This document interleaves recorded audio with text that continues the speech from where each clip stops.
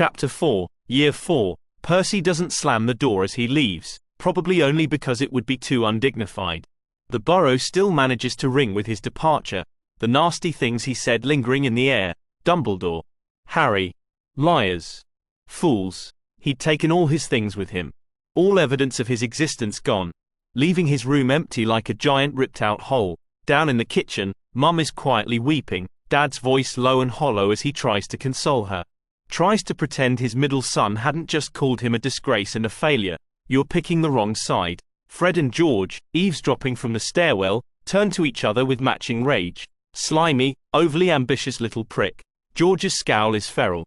Sorting Hat must have had an off day. Day it put that twat into Gryffindor. Fred huffs in agreement. Better off in Slytherin. One flight above them, Ginny silently shifts up off the steps and disappears into her room. Strange owls arrive at the burrow at all hours that summer. The only thing more plentiful are the visits of various wizards at weird hours. Some Ginny recognizes, some she's never seen before. The children are told to stick close to the house, and not even Fred and George have the heart to argue with Mum over it. They never speak of Percy. They don't speak about a lot of things actually. Ginny reads the papers, pulls them out of the bin when no one is looking, but they seem normal enough to her. Forecasts and politics and coupons. She lets herself wonder for a moment if Percy had been right. Because if terrible things are happening, evil wizards reborn, wouldn't that be in the papers? Only then she'll catch sight of her father's exhaustion, the way Mum's eyes never stray far from her clock, and remembers Ron's face the night of the final Triwizard Challenge. It's true. Harry saw him. Ginny doesn't doubt it. Not really. It's just that she always thought that if the most evil wizard of all time came back to life, there'd be big fights and stirring speeches. Good lining up against evil. This seems too quiet. Hermione shows up on the doorstep less than 2 weeks into break. If Ginny really needed more proof that things aren't right, now she has it. I just couldn't sit there and pretend nothing had happened, Hermione says, lifting a stack of clothes out of her trunk. What did you tell your parents? Ginny wants to know. Thinking of Mr. Granger's pleasant face and honest discomfort with a life he will never fully understand. Never fully be a part of. There's going to be a war. Hermione glances at the newspapers spread across Ginny's bed. Not the truth. Of course not. Hermione's only been at the burrow a week when Mum and Dad give them the news over supper. We're leaving the burrow, Dad says. Mum's hand is in his, creating a united front. It isn't safe here any longer. This is inconceivable, the idea that the burrow could be anything other than the safest place in the world.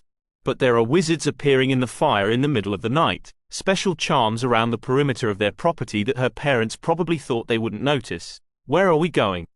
Ron asks, sharing one of his unsubtle looks with Hermione. To stay at the home of one of the members of the Order, Dad says. Dumbledore has arranged it. Whose house? Fred asks, picking up on Dad's deliberate vagueness. Mum and Dad share a glance. Sirius Black.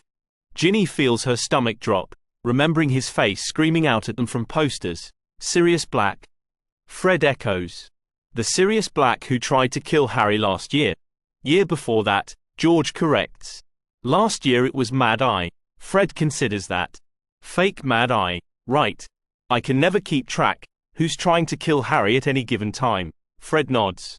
Quite the thing apparently. Like a sport club. Wonder if they have blazers. Dad clears his throat. Boys, he says. If you give Fred and George any steam at all, they can go on forever. I don't understand, Ginny says, something she's wanted to admit all summer long. Mum reaches over and pats Ginny's hand as if to comfort her, like a young child in danger of being hysterically confused by the adult things around her. It's a long story, but Sirius Black is on our side. He's part of the Order. Ginny glances at Hermione and Ron, noticing that neither of them look remotely surprised. Since when? She asks, her voice rising in pitch. Dad meets her eyes steadily. He always has been. It was all a misunderstanding. A misunderstanding. Murdering all those muggles and breaking out of Azkaban and trying to kill Harry and her brother too by accident. Ginny isn't sure who, but she's convinced someone here is cracked. Maybe it's her. We'll explain more later, Dad says, pushing up from the table and officially ending the conversation. For now we need you all to pack and be ready to leave for London in the morning. Fred and George look delighted. Spend the rest of the summer at a deranged mass murderer's house in the city. Wicked. Lee is going to be so jealous. It's only later that they realize just how protected the location is, that not only are they not allowed to tell anyone about it, but that they couldn't even if they wanted to. Secret keepers and powerful spells. And Ginny is still looking for a war that doesn't seem to be coming. She doesn't understand. Not why they are moving, what these meetings of strange wizards are about, why Percy left. And still they don't talk about it. It's hard to imagine a place more different from the Burrow than Grimmauld Place. Here everything is grand and opulent, a sort of elegance gone to seed like an abandoned formal garden. While the Burrow is made of hearthstone and scarred wood and sturdy tweed, patched and repaired and lovingly kept, the Black Mansion is a gossamer web of marbles and velvets and fabrics Ginny can't name, each worn thin and clogged with dust. She begins to forget what color feels like after a few days, surrounded as she is by moaning silences and stifling shadows. It's a place of secrets. Grimmauld Place feels built on those shuddering foundations. Ginny supposes it's only right that it should serve as the Order's headquarters. Order of the Phoenix, they call themselves, and she wonders at the symbolism there, what they are rising from, wonders what Smeeta might say of it. These people apparently driven here by lies and truths they won't speak of. She tries asking sometimes, asking why the papers are calling Harry a liar and Dumbledore a fool. Mum just sends her on her way, Ron and Hermione sharing dark looks behind her back. Nothing for you to worry about, dear, Mum says, over and over like she's trying hard to believe it. Ginny writes long letters to Smeeta. Some complaining about her parents and the house and the doxy bite on her finger that just won't heal. Some about phoenixes and meetings and Fred and George whispering in the halls. Once, she writes nearly 30 inches about an imaginary summer spent at the Burrow running drills in the paddock and swimming in the river and a tiny room with a view over trees and space. She wonders when the lies became more believable than the truths. She even tries to write Percy a letter once, but doesn't get any farther than, "You prat." Thinking of the way he made Mum cry, she sends Smeeta the letter built on make-believe and burns the rest one by one in the hearth fire with Creature's beady eyes drilling in her back. She gradually gets used to seeing Sirius Black in the halls and not have her heart beat out of her chest in fear. He's just as worn and furious and full of fractured energy as he seemed in his pictures back when he was trying to kill Harry. Only not, she's been told, but not much else. She isn't sure what it means that it's when Sirius smiles that she feels a true ripple of unease. There are other wizards around too. Warn Professor Lupin and Twitchy Mad Eye, the real one. And even some young ones, like Tonks. She's one of the only people who can get anyone to laugh anymore. The others just walk past like Ginny isn't even there. The first time Ginny realizes Professor Snape is in the Order as well, she comes across him in the hallway.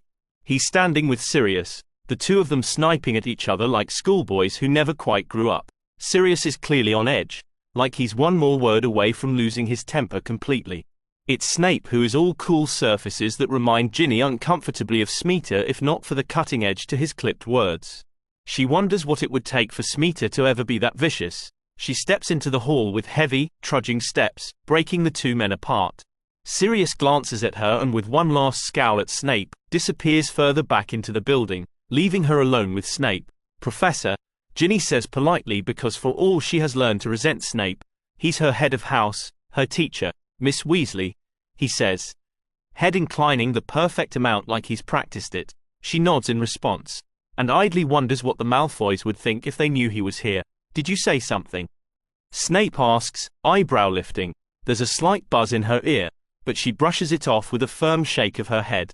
"No, sir." She slides past him, taking the stairs two at a time, and bumps right into Ron and Hermione on the next landing. She can't quite look either of them in the eye. Dumbledore himself shows up one afternoon, setting both Ron and Hermione down for a serious talk about what they can and can't put in their letters to Harry. Ginny doesn't consider it eavesdropping, not really. She's just field testing Fred and George's latest invention, extendable ears. It has nothing to do with getting answers to things people refuse to explain. Even so, the conversation doesn't make anything any clearer. The three of them seeming to speak in some code she isn't initiated in. Dumbledore comes out first, so suddenly and quietly that Ginny is still practically standing against the door. She tugs the extendable ear, the flesh-colored string disappearing up into her sleeve. She considers trying to scramble away, but has learned well enough what looks guilty and what can be played through. Besides, Dumbledore is a busy, somewhat mental wizard. He may not even notice her. "Miss Weasley," Dumbledore says, his eyes unerringly finding her in the dim hallway as if he knew she were there all along. So much for that theory. Headmaster, Ginny says with a nod of her head she hopes looks innocent and respectful. He doesn't seem particularly interested in scolding her, so she expects him to move on, to walk past her like all the other Order members do. But he surprises her by lingering. How have you found your holiday thus far, Miss Weasley? It's a polite inquiry, and she knows she's supposed to say something like, fine, sir, or pleasantly free of homework, sir. But all she can think of are secret meetings, closed doors, and furious whispers. The way people here have conversations that seem to be about anything other than the actual words said. So instead, Ginny frowns and says, confusing. Both of Dumbledore's eyebrows lift, eyes sparkling behind his glasses as if this were the most brilliant thing to say and not something stupid and childish. He nods, leaning slightly towards her like a conspirator. I am pleased to know I am in such good company. Ginny stares back at him, not sure if she should find the idea of someone like Dumbledore confused, comforting, or simply terrifying. Perhaps the rest of the season shall be more elucidating, he says, smiling and taking his leave of her. Ginny feels a shiver travel down her spine. Somehow that possibility seems as unsettling as confusion. Harry arrives 3 weeks into their stay. In many ways it's like a storm long on the horizon finally breaking, his anger snapping through the gloom as his voice shakes the walls of Grimmauld Place. She envies him his temper tantrum, just the littlest bit. He rages and slams and demands the very answers she's wanted all along. She thinks she may finally get some of them too, as they all sit in the kitchen and listen to Sirius explain why everyone thinks Harry is a liar. She watches Harry's expressive face harden to stone and remembers what it feels like to have the entire world spin against you. Mum sends her away though, when Sirius finally starts talking about the Order and their secrets. Sends her to bed like a little girl. She doesn't go with any sort of grace, dragging her feet, silently raging. She doesn't know whether to be insulted or satisfied that Mum takes the precaution of locking her in her room. She clearly knows about the eavesdropping. She at least has the presence of mind not to say, this is for your own good. Ginny sits in her room and fantasizes about grabbing a broom and slipping out the window and never bothering to come back. Two bad fantasies never amount to anything. Tell me, Ginny says into the dark later that night, knowing Hermione isn't really sleeping. There is a pause. Tell you what. Ginny rolls over to look at her. All of it. She pretends not to see the uncertainty flicker across Hermione's face, the moment of doubt. Doesn't let herself analyze if that is concern for her tender age, as if, or if this is something else entirely. Like maybe distrust. Please, Ginny says, hating herself for the pleading in her voice. Hermione starts to whisper. Harry quickly settles in with the rest of them, alternating between fruitlessly trying to spy on the Order and even more fruitlessly trying to avoid having to clean. With all the bedrooms done, they've moved on to a strange collection of seemingly purposeless rooms. Ginny supposes the rich need to invent something to do with all the extra space. It's only an hour or so after lunch when Mum gets pulled away to speak with someone in the Order. She hasn't been gone for all of a minute when Fred and George disapparate back to their rooms with a pop, leaving Ginny, Ron, Hermione, and Harry to clean the dingy solarium on their own. Wankers, Ron mutters.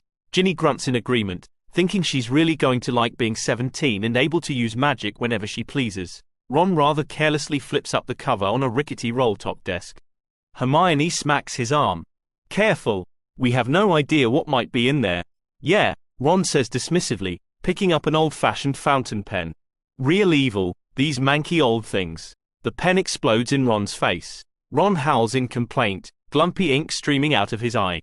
Ginny and Harry rush to their feet, but Hermione is already there, pressing a handkerchief to Ron's face even as she scolds him.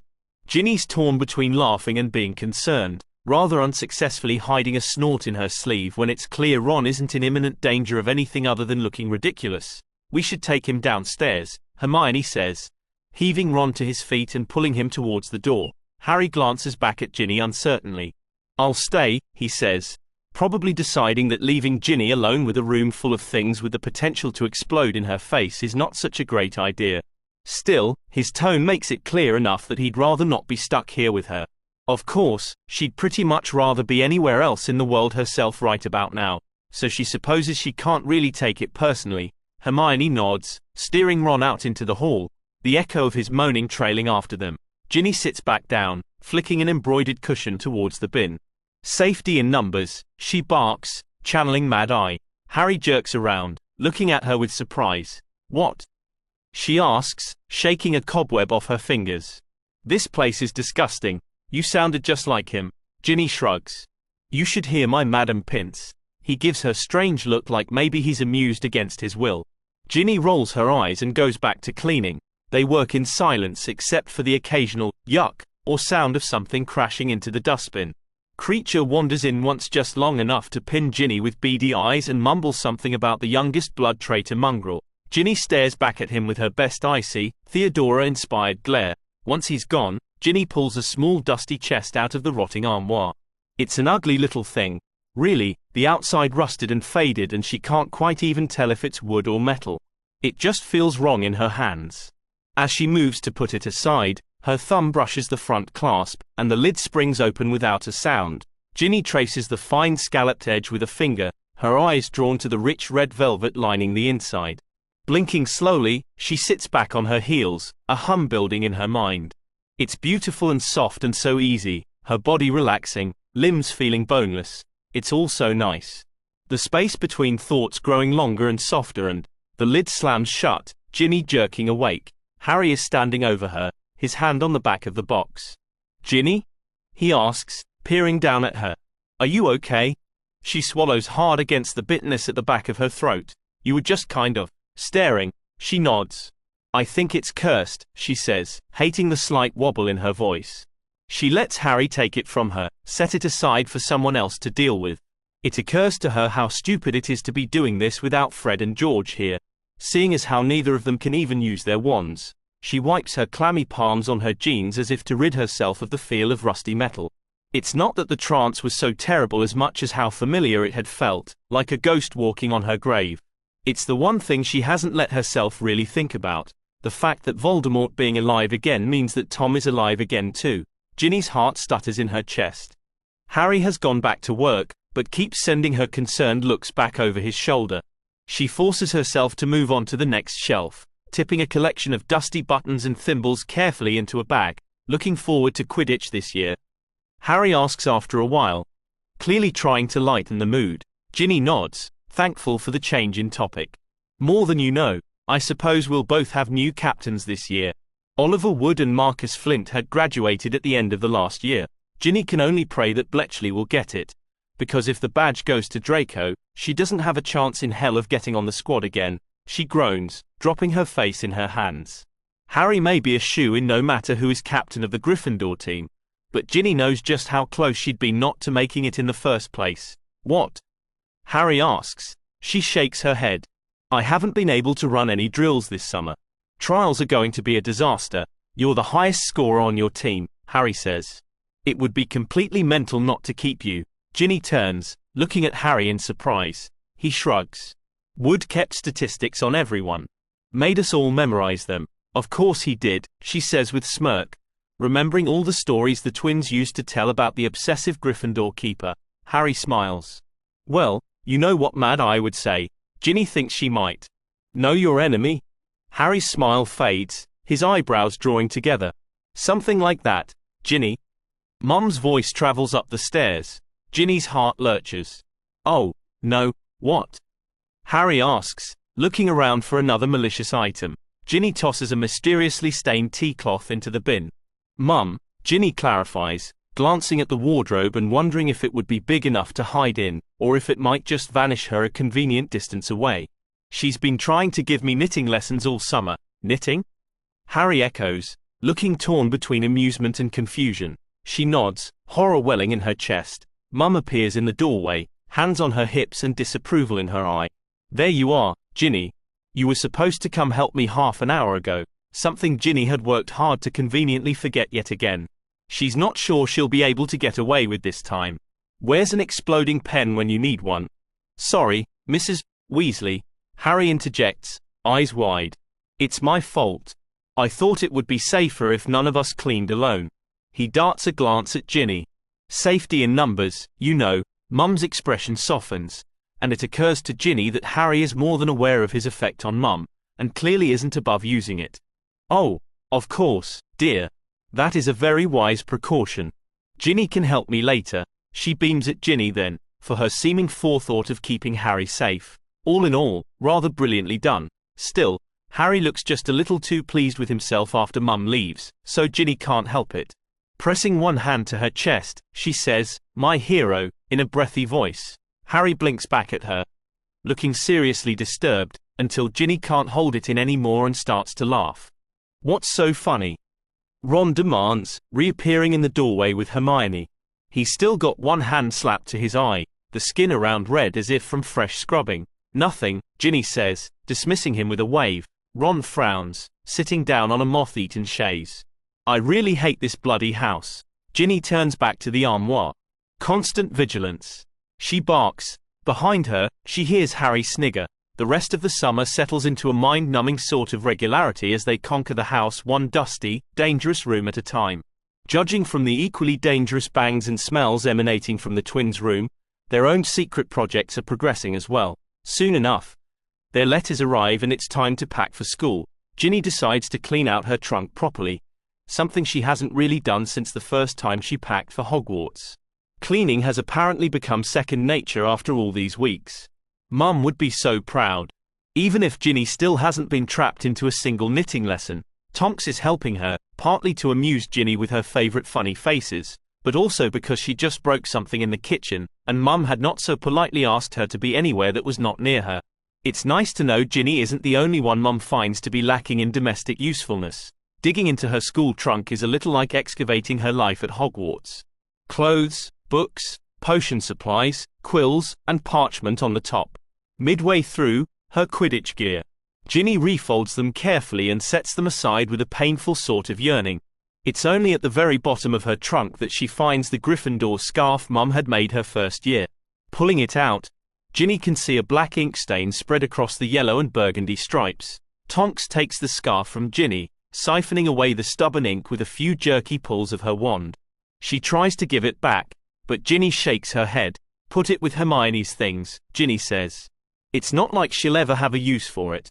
Tonks tucks it into Hermione's disturbingly organized trunk without comment. Ginny watches as Tonks scours out the bottom of the trunk and then starts piling her stuff back in. "My mother was in Slytherin," Tonks remarks. Ginny looks for censure, for motive, but Tonks just stares back at her with this fact floating between them like the unmatched pair of socks currently being more tortured than folded under the guidance of Tonks' wand. "Yeah?" Ginny says, tucking her green scarf and gloves into her cauldron. "Yeah." Tonks flicks her wrist and the socks zoom into her trunk. Was she disappointed? Ginny asks, tripping over the words in a belated attempt to be delicate, "That I was sorted into Hufflepuff." Tonks finishes for her. Ginny doesn't manage to hide her flinch. "Yeah." Tonks shakes her head. "Why would she be? It's just a house." Screwing up her eyes in concentration, she makes her hair run long and silver, the sheen of green woven in. If only it were really that easy. At King's Cross, they all pile onto the train together, Mum making a slightly bigger deal of hugging and kissing them all repeatedly. Once on board, the twins take off with Lee immediately, Hermione and Ron splitting off to their special prefect compartment with apologetic glances at Harry. Harry looks like he's trying to ignore it, but still seems a little lost without the other two. Added to that, other students are openly staring, whispering as they pass, and Ginny hesitates taking off in her own direction. She doesn't know why she bothers. It's not like Harry's going to follow her to the Slytherin section even if she offered. Harry spots another boy in his year then, looking relieved when he lifts a hand in honest pleasure to see him. "I'm going to," Harry says, gesturing down the train. Ginny smiles. "Of course. I'm off myself," she says, canting her head in the other direction. "Okay then," he says. "See you around." Only they both know probably not. Ginny drags her trunks down past a couple compartments of Ravenclaws, but doesn't see Luna among them, so doesn't pause to say hello. Almost to the front of the train she starts seeing more familiar faces of people in her house, waving every once in a while. She passes Draco's crowd in silence. She sees Bletchley just long enough to catch sight of a gold captain's badge on his chest and breathes a giant sigh of relief. Further down, Smeeta appears out of a compartment. "Ginny." "Hey," Ginny says, drawing the other girl into a hug. "How are you?" "I'm fine," she says, pulling back and giving Ginny a speculative look. "Curious, mostly, curious." Ginny asks, reaching down to lift her trunk up onto a rack. "Yeah. About whatever it is you really did this summer." Ginny freezes, almost losing hold on her trunk. Smeeta steps up next to her and helps her settle it. Ginny had sent the letter full of lies because she couldn't very well have told the truth. If she'd sent nothing, Smeeta would have worried. It seems she needn't have bothered. That obvious, huh? Well, Smeeta says, lips twitching. And somehow it's like no time has passed since they've seen each other. You're never that cheerful. Ginny laughs. Dead giveaway. Smeeta nods, eyes sparkling with mirth. Definitely. The compartment door slides open. Oi. You birds going to spend the entire trip out here gossiping? Ginny turns to see Tobias half hanging out in the hallway. Why, are you feeling left out?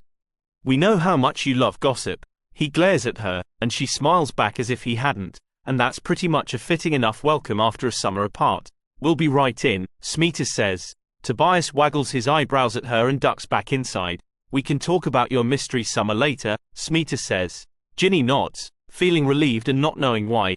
Inside the compartment there's a collection of 4th and 3rd year boys in the middle of a rather pitched game of exploding snap. They're swapping more insults than cards, not rowdy like her brothers might be, but methodical and cutting. Ginny thinks the real skill being admired here is who can weave the most subtle insult rather than the turn of a card. None of them look up from the game, so Ginny doesn't bother saying hello, instead sitting down with Smeeta near some other girls. Hi, Ginny, one of the 3rd year girls says. Ginny smiles. Hey, Caroline. Have a nice summer. Caroline pulls a face before straightening back up as if automatically expecting a rebuke. It was fine, I suppose. The girl sitting next to her touches Caroline's knee as if in comfort. Tori got a new instrument this summer though, Caroline says, brightening and turning to her companion. Astoria, apparently only Caroline can get away with calling her Tori, darts a glance at the boys. But they are still paying the rest of them no attention at all. Late at night when the Slytherin dorm was quiet, sometimes you could hear the deep vibration of cello coming from somewhere, like the rich tenor of a human voice in the darkness. Ginny's heard rumors about Astoria and her musical talent, even if it is rarely acknowledged outside the safety of the dorms. What sort of instrument? Smeeta asks, leaning in and lowering her voice. Astoria pulls open a small case, no larger than a lunchbox, letting them look inside. Ginny can just make out the golden glint of a bowed spine, taut strings plunging down into the bottomless space below. A harp, she says, eyes sparkling. My father brought it back to me from the continent. Oh. Smeeta asks. Was he traveling? Astoria's delicate skin flushes ever so slightly. On business. There's just enough of a hesitation for Ginny to know she's lying, but not enough to know why. Ginny smiles. I can't wait to hear you play it. Oh, no, Astoria says, shaking her head. I'm still just learning. They move on to more innocuous topics then, Ginny spinning her own tales of long afternoons spent on a broom in the orchards. Smeeta lets the lies slide by, Caroline looking on in rapt envy. Maybe she'll show up at trials his year, but Ginny somehow doubts it. Apparently Caroline's mum doesn't think Quidditch is appropriate for girls. Ginny still remembers Caroline as a first year, eyes wide with wonder as she stared at Ginny, the first girl on the Slytherin team in a decade. It's a sad reminder of just how quickly things can change. At the other end of the compartment, the boys' card game ends in a shower of sparks, money and goods and insults changing hands. Tobias drops down between Caroline and Astoria, hooking his arms over their shoulders. And what are we talking about? He asks, looking flush with victory. Astoria turns her cool eyes on Tobias. New curses we learned over the summer. Tobias laughs, carefully removing his hand from Astoria's shoulder one finger at a time. Roger that. Stupid Burke, Ginny mutters with amusement. Now, Ginevra, Tobias says. Don't be jealous. I'd let you curse me anytime. The girls all roll their eyes. And just like that, she's home. The Sorting Hat is on a roll this year. Ginny doesn't think she's ever heard it sing a song quite so long before. The first years shift nervously as everyone else's stomachs growl. Get on with it. Tobias grumbles. For her part, Ginny is actually more interested in what the hat is saying than she has been before. It's possible she still hadn't quite forgiven the hat, as childish as that might be. Mostly because the hat seems to be wandering into new territory this year. Oh, know the perils, read the signs. The warning history shows. For our Hogwarts is in danger. From external, deadly foes. And we must unite inside her, or we'll crumble from within. I have told you, I have warned you. Let the sorting now begin. Ginny glances around, wondering how the other students will take this rather unexpected warning. but most of them are glassy-eyed by now, or whispering to friends they haven't seen in long months. This warning of dire peril seems to have gone over their heads entirely. She supposes she can't really blame them for that. Eventually the last student is sorted, and Tobias is rubbing his hands together in anticipation of the feast. He's going to have to wait even longer though, because the new defense against the dark arts professor strong-arms her way up to the podium, an amused Dumbledore looking on. "Oh, come on," Tobias complains. She's wearing all pink and her voice sounds exactly like someone swathed in pink should sound like, all giggles and squeaks and talking to them like they are toddlers. She blathers on about change and pruning and improving, and after a while Ginny starts looking to Dumbledore for a reaction, but he's as serene as always, bouncing a little on his heels like he might be humming to himself. Umbridge eventually trails off, pausing expectantly as if for applause. There's a polite smattering from the Hufflepuff table, Tobias starting at the noise as if being woken from a trance. "What was that?" Smeeta mutters. Ginny shakes her head, just as confused as Smeeta. The food appears then and they quickly forget the insanity that is Dolores Umbridge. Happily stuffed and sporting 10 new first years, the Slytherin work their way down to the dorms. She passes near Draco and his cronies, just close enough to see them with their heads lowered together and their eyes hostile, occasionally glancing in her direction. Ginny knows Draco's days of openly tormenting her are over, but that doesn't mean she isn't going to have to watch her back. She glares right back at them and refuses to look nervous. It's all she can do at this point. As they near the dorms, Ginny feels tension building up in her neck, her steps seeming to drag slower and slower. She braces herself as she steps into the common room. It looks exactly the same. "Ginny?"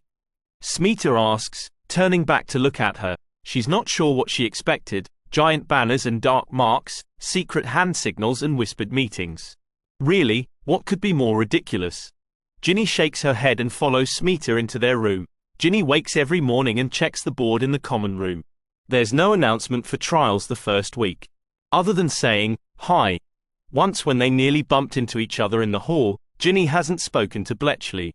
It's making her a little crazy. She does go down to the pitch every day after classes and run through a series of drills on her broom, trying to blow the dust off of a long year and summer with no Quidditch.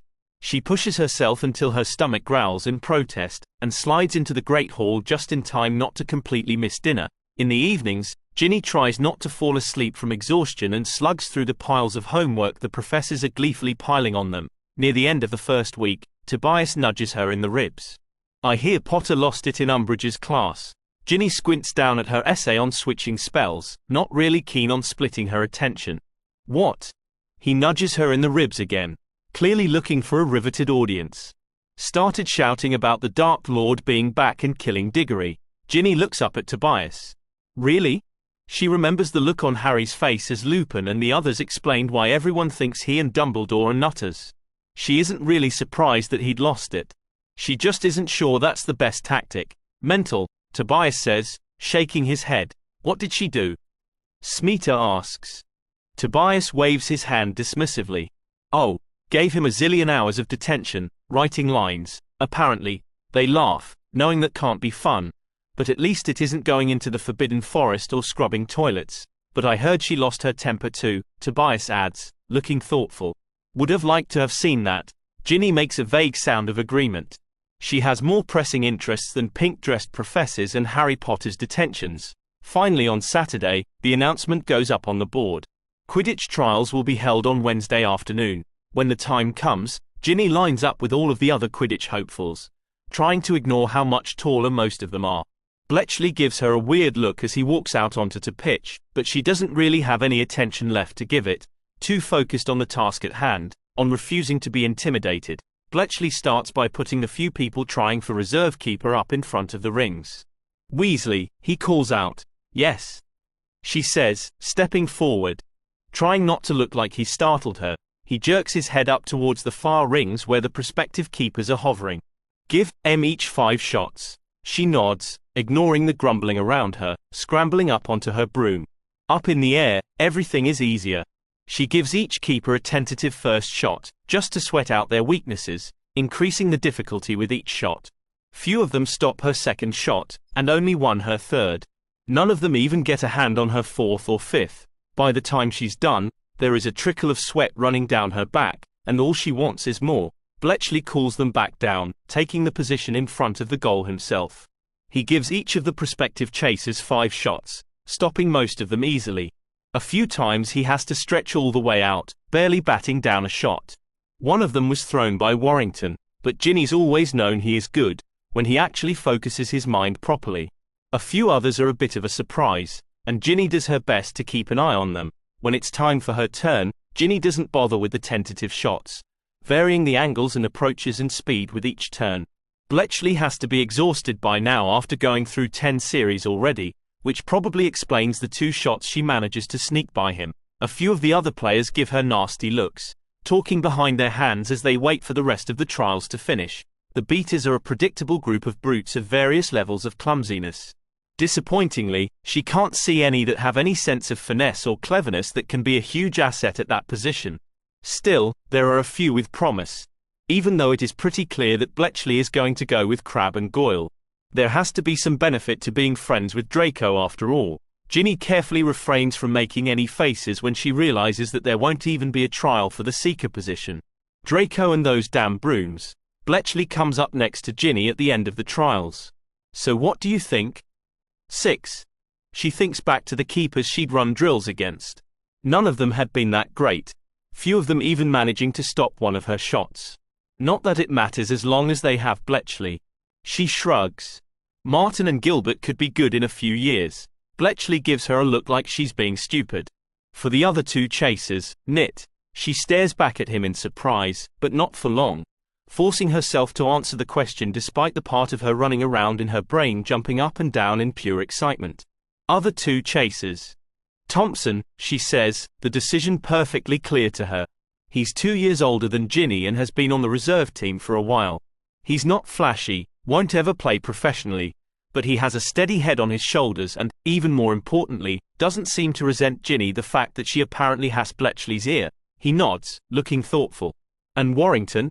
Yeah, she's still a little surprised to find that he actually follows her advice when the team roster goes up on the board in the common room. Glancing at the list, she would have hoped for a better seeker and maybe some cleverer beaters, but as it is, the team does have a promising sort of balance. Maybe this will be their year. Ginny smiles. Everything seems just a little more doable, now that her Quidditch fate is decided. It's been her anchor before, and she's thankful to have that again. If there had been some other reason to cancel Quidditch this year, Ginny might have lost it. Ginny's on her way out to practice when Hermione waves her down. Her hair is flying about her head, and she's slightly out of breath like she's been running around the castle. Hermione? Ginny asks, surprised by the intent gleam in her eye, the one she usually reserves for trying to talk Ron out of mischief. We're going to have a meeting at the Hog's Head next Saturday, she says, voice hushed and eyes darting back and forth. The Hog's Head. What was this? A dare? What kind of meeting? Hermione's voice lowers even further. We want to start a defense club. Ginny's eyebrows shoot up. Well, Hermione says waspishly, we all know Umbridge's class is useless. True, Ginny is forced to admit. But she's not sure taking on more work in their free time is really the answer. It's just like Hermione to start an academic club in the face of an incompetent teacher. She must be worried about her owls. Hermione leans in closer to Ginny, expression hardening. You know why this is important. Ginny's lips press together, knowing exactly what Hermione is trying to refer to. The only problem is that Ginny isn't sure she does know why this is important. All she knows is what Hermione shared that one night, vague inferences about secret weapons and Order members taking shifts guarding Harry. A Dark Lord supposedly returned from the dead but completely absent. Things at Hogwarts are ever as they have been, and shouldn't that mean something? I'll see you then. Hermione asks, her attention already distracted by trying to unobtrusively wave down a fifth-year Hufflepuff girl. She doesn't linger to hear Ginny's agreement. Ginny watches her go, gnawing on her lip a moment before shaking herself out of it. She doesn't have time to work out Hermione's quirks right now. There are more important problems afoot, like being late to Quidditch. Ginny pretty much ignores Educational Decree number 23 when it appears all over the castle. What does she care about a High Inquisitor? Maybe if she had paid it a little more attention, she wouldn't have been surprised to see Umbridge sashay into Professor Burbage's classroom during their Muggle studies lesson. Muggle banking systems and making money appear from nothing and disappear from people's pockets. She thought Muggles didn't believe in magic. Umbridge arrives late, and that's annoying. but maybe something even more since Burbage does her best to pretend Umbridge is even here. Her spine straightening and voice rising. Umbridge is undeterred though, clearing her throat with that annoying little hum that Ginny is going to enjoy practicing later. As High Inquisitor, Umbridge says, speaking over Burbage, her sickly sweet voice somehow managing to drown her out, "I am evaluating all of the professors." She smiles. "We must make sure educational standards are being met." Burbage sucks in a breath and nods. "I received your note, Dolores. Now may I continue?" Umbridge's smile slips, her head lowering down to the clipboard in her hands.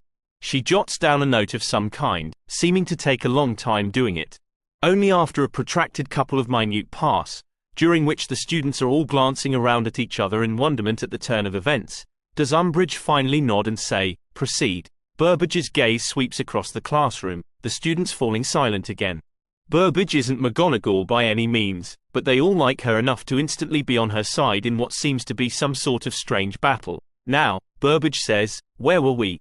Ginny can see it now, under the uncharacteristic stiffness. Burbage is shaken. Tobias raises his hand, a rare enough occurrence. But he's always had a soft spot for Burbage. "You were talking about the machines the Muggles use to keep their money in."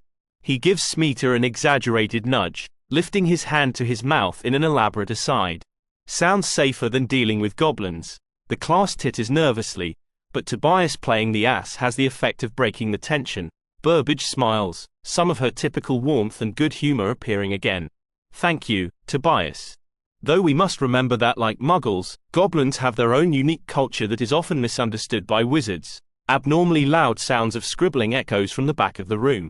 Ginny glances behind her to see Umbridge shaking her head and furiously writing notes. Having recovered her poise though, Burbage seems to refuse to let Umbridge unsettle her again. She pushes ahead with every appearance of ignoring the intrusion entirely, and the students do their best to follow suit. "All right, students. Good work today," Burbage says at the end of the hour. "Remember that you owe me 10 inches on Muggle credit and lending practices next class." In noisy rush, the students gather up the things, giving Umbridge wide berth.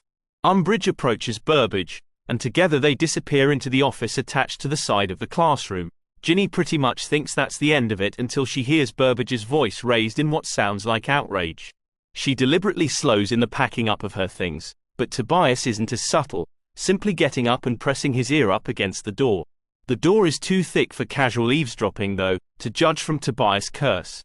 Ginny pulls a few long thin strands out of her bag, holding them out to Smeeta and Tobias. They stare back at her in confusion, and not a little alarm. "A Weasley's Wizarding Wheezes prototype," she whispers, holding one end up to her ear and sliding the other end under the door. Smeeta doesn't hesitate to copy Ginny, stepping up next to her.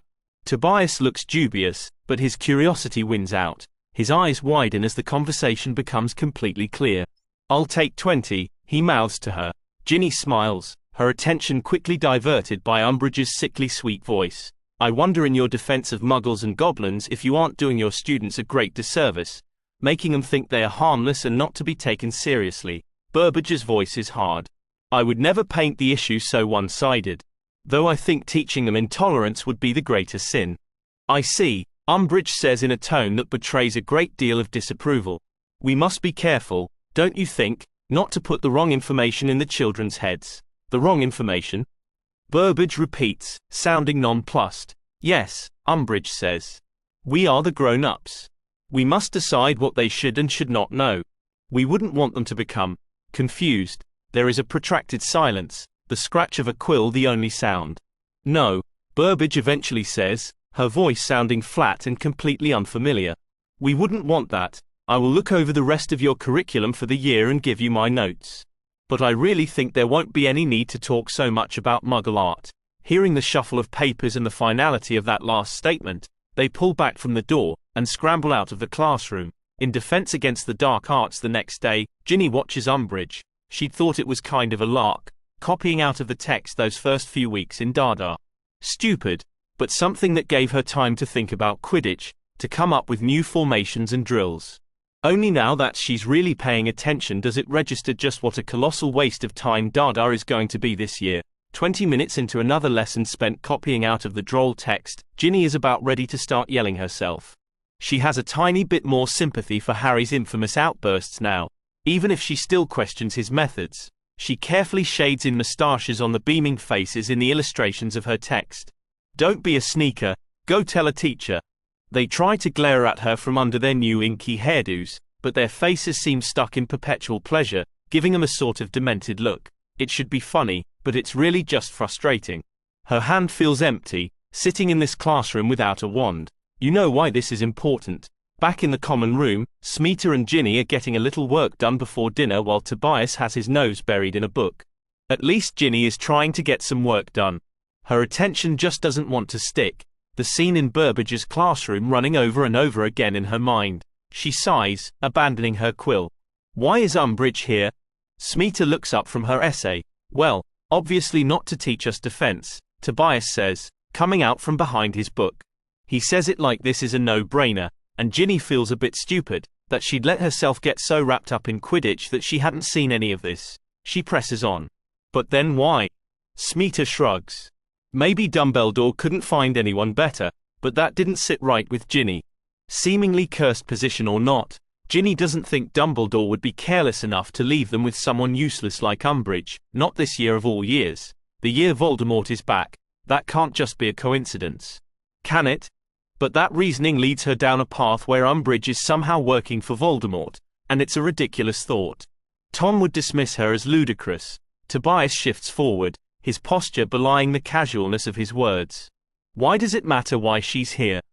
Just another bad teacher, right?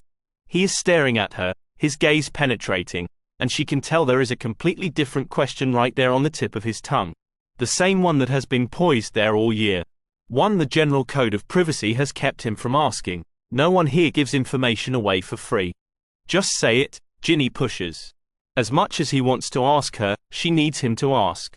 She thinks maybe she's needed it for a long time. Is Potter telling the truth?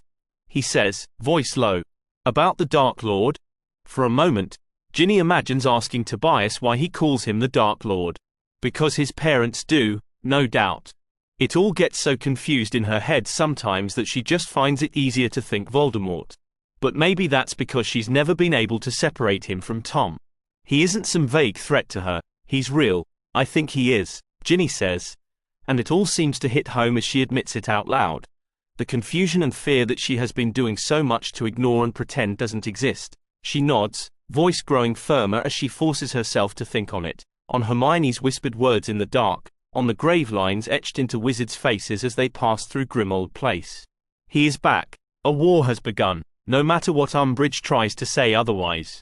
It isn't even about believing Harry, it's about what she's seen. About a secret organization of wizards, strained conversations in the halls. About Dumbledore and her mum and dad, and the way Percy left. It's all of it. She's been playing make-believe as much as anyone else, and she's sick with it. With the breaking of that promise she made to herself as she scrubbed ink off her hands at the end of her first year. A promise not to take the path of least resistance just because it was easiest. Smeeta flips the useless Dada text closed with a thump. And now Umbridge is High Inquisitor. We are the grown-ups. We must decide what they should and should not know. Yes, Ginny says. She still doesn't know what that means. An hour later, Ginny is walking alone down to the Great Hall for dinner when Antonia falls into step next to her, arm winding through hers. Ginny looks over at her in surprise, but keeps walking, knowing better than to try to fathom the intentions of Antonia. Power, Antonia eventually says. Ginny frowns, feeling yet again like she's walking into the middle of a conversation. Power, Antonia repeats, looking bemused by her confusion. It's why Umbridge is here. Ginny doesn't even bother to try to be surprised that Antonia has obviously heard their conversation. She should know better than to talk about private things in the common room. Power, Ginny repeats. She thinks back on Umbridge in Burbage's classroom. Being late, writing loudly, making Burbage wait for her permission to start. Is that what power really looks like? And to what end? To take Burbage's job. Umbridge is already a professor. What would she care? Maybe she wants to be headmaster. Or something more. Ginny is pretty sure she's still missing something, but at least now she has someone she can ask. Whose power? Antonia smiles approvingly as if Ginny's question is impressive when it's really just born of confusion. Dumbledore says the Dark Lord has returned. The Minister of Magic says he's a liar. Only one of them can be right, or seem to be right, Ginny says. Antonia laughs, her hand squeezing Ginny's arm. You're finally starting to catch on. Ginny scowls, but doesn't let her annoyance derail her. The Minister of Magic. Ginny hadn't made that connection. Umbridge isn't here for herself. This isn't about school or students or even who is headmaster. This is about Dumbledore and Harry and Voldemort and the people who say they are liars. It has been all along, just not in the way she thought. Ginny glances at Antonia. What does the minister think Dumbledore is going to do? She shrugs. Doesn't know, does he? And that's the problem. No, he doesn't know. The only way he could know would be to plant someone here, to plant someone who could decide what the students should and shouldn't be taught. To make sure Dumbledore doesn't make a move against the ministry. Umbridge, Ginny says. Everything circling back to the beginning. Not just teacher, but inquisitor. It's a misstep. Antonia says. Arm slipping out from Ginny's as they approach the hall. Ginny looks at her in askance. To mistake control for power. One never has as much control as they think. She lifts a book to her chest, clutching it there for a second before turning away from Ginny. Just long enough for Ginny to work out the runes pressed into the worn leather cover. Advanced defensive magics. They never have as much control as they think. Ginny is wearily trudging back from a prolonged catch-up homework session in the library when she turns around a corner and runs smack into someone. She jerks back, putting a hand out to the wall to steady herself, already apologizing, just to have the other person speak over her. Sorry. Are you okay? It's Harry, looking nearly as bleary as Ginny feels. Yeah, she says. I'm fine. I should have been looking where I was going. She smiles in apology, only to notice that Harry has one hand cradled to his chest, the white cloth tied around it seeping red. Merlin, she breathes. Are you okay? Harry starts, shoving his hand behind his back. It's nothing. Just a little accident. His face is red though, and she thinks that's not just the lie he is so clearly is telling her, but something of anger and embarrassment too. Ginny leans back slightly to look down the hall behind him, and there it is, a door with a shiny plaque bearing the name Dolores Umbridge. It takes a moment to all come together. His hand, Umbridge's office, joking about his detentions, gave him a zillion hours of detention, writing lines. Ginny reaches for Harry's arm, ignoring his protest, ripping the handkerchief off his hand. Under the oozing blood, she can just barely make out the words. I must not tell lies. She stares down at Harry's bleeding hand and begins to understand that maybe this is what war really looks like. Not stirring speeches and two armies lined up with opposing uniforms, but pain and lies and evil hiding in plain sight. War is about secrets. She should have known that, should have understood. Hadn't she spent the summer in the headquarters of the Order of the Phoenix? She was too busy feeling left out and scared and small, when she should have just been paying attention. Harry recovers enough to snatch his hand back, wrapping it back up with furious jerks. This isn't any of your business, Ginny. Maybe not, but he's just another person telling what she shouldn't know, what she can and can't understand. They never have as much control as they think. She squares her shoulders, but doesn't apologize, the decision finally making itself. I'll see you on Saturday, Harry. Because she knows why this is important. On Saturday, she bundles up and trudges to the Hog's Head. It's easy to shake off Tobias, and Smeet has always been one to understand the need for space.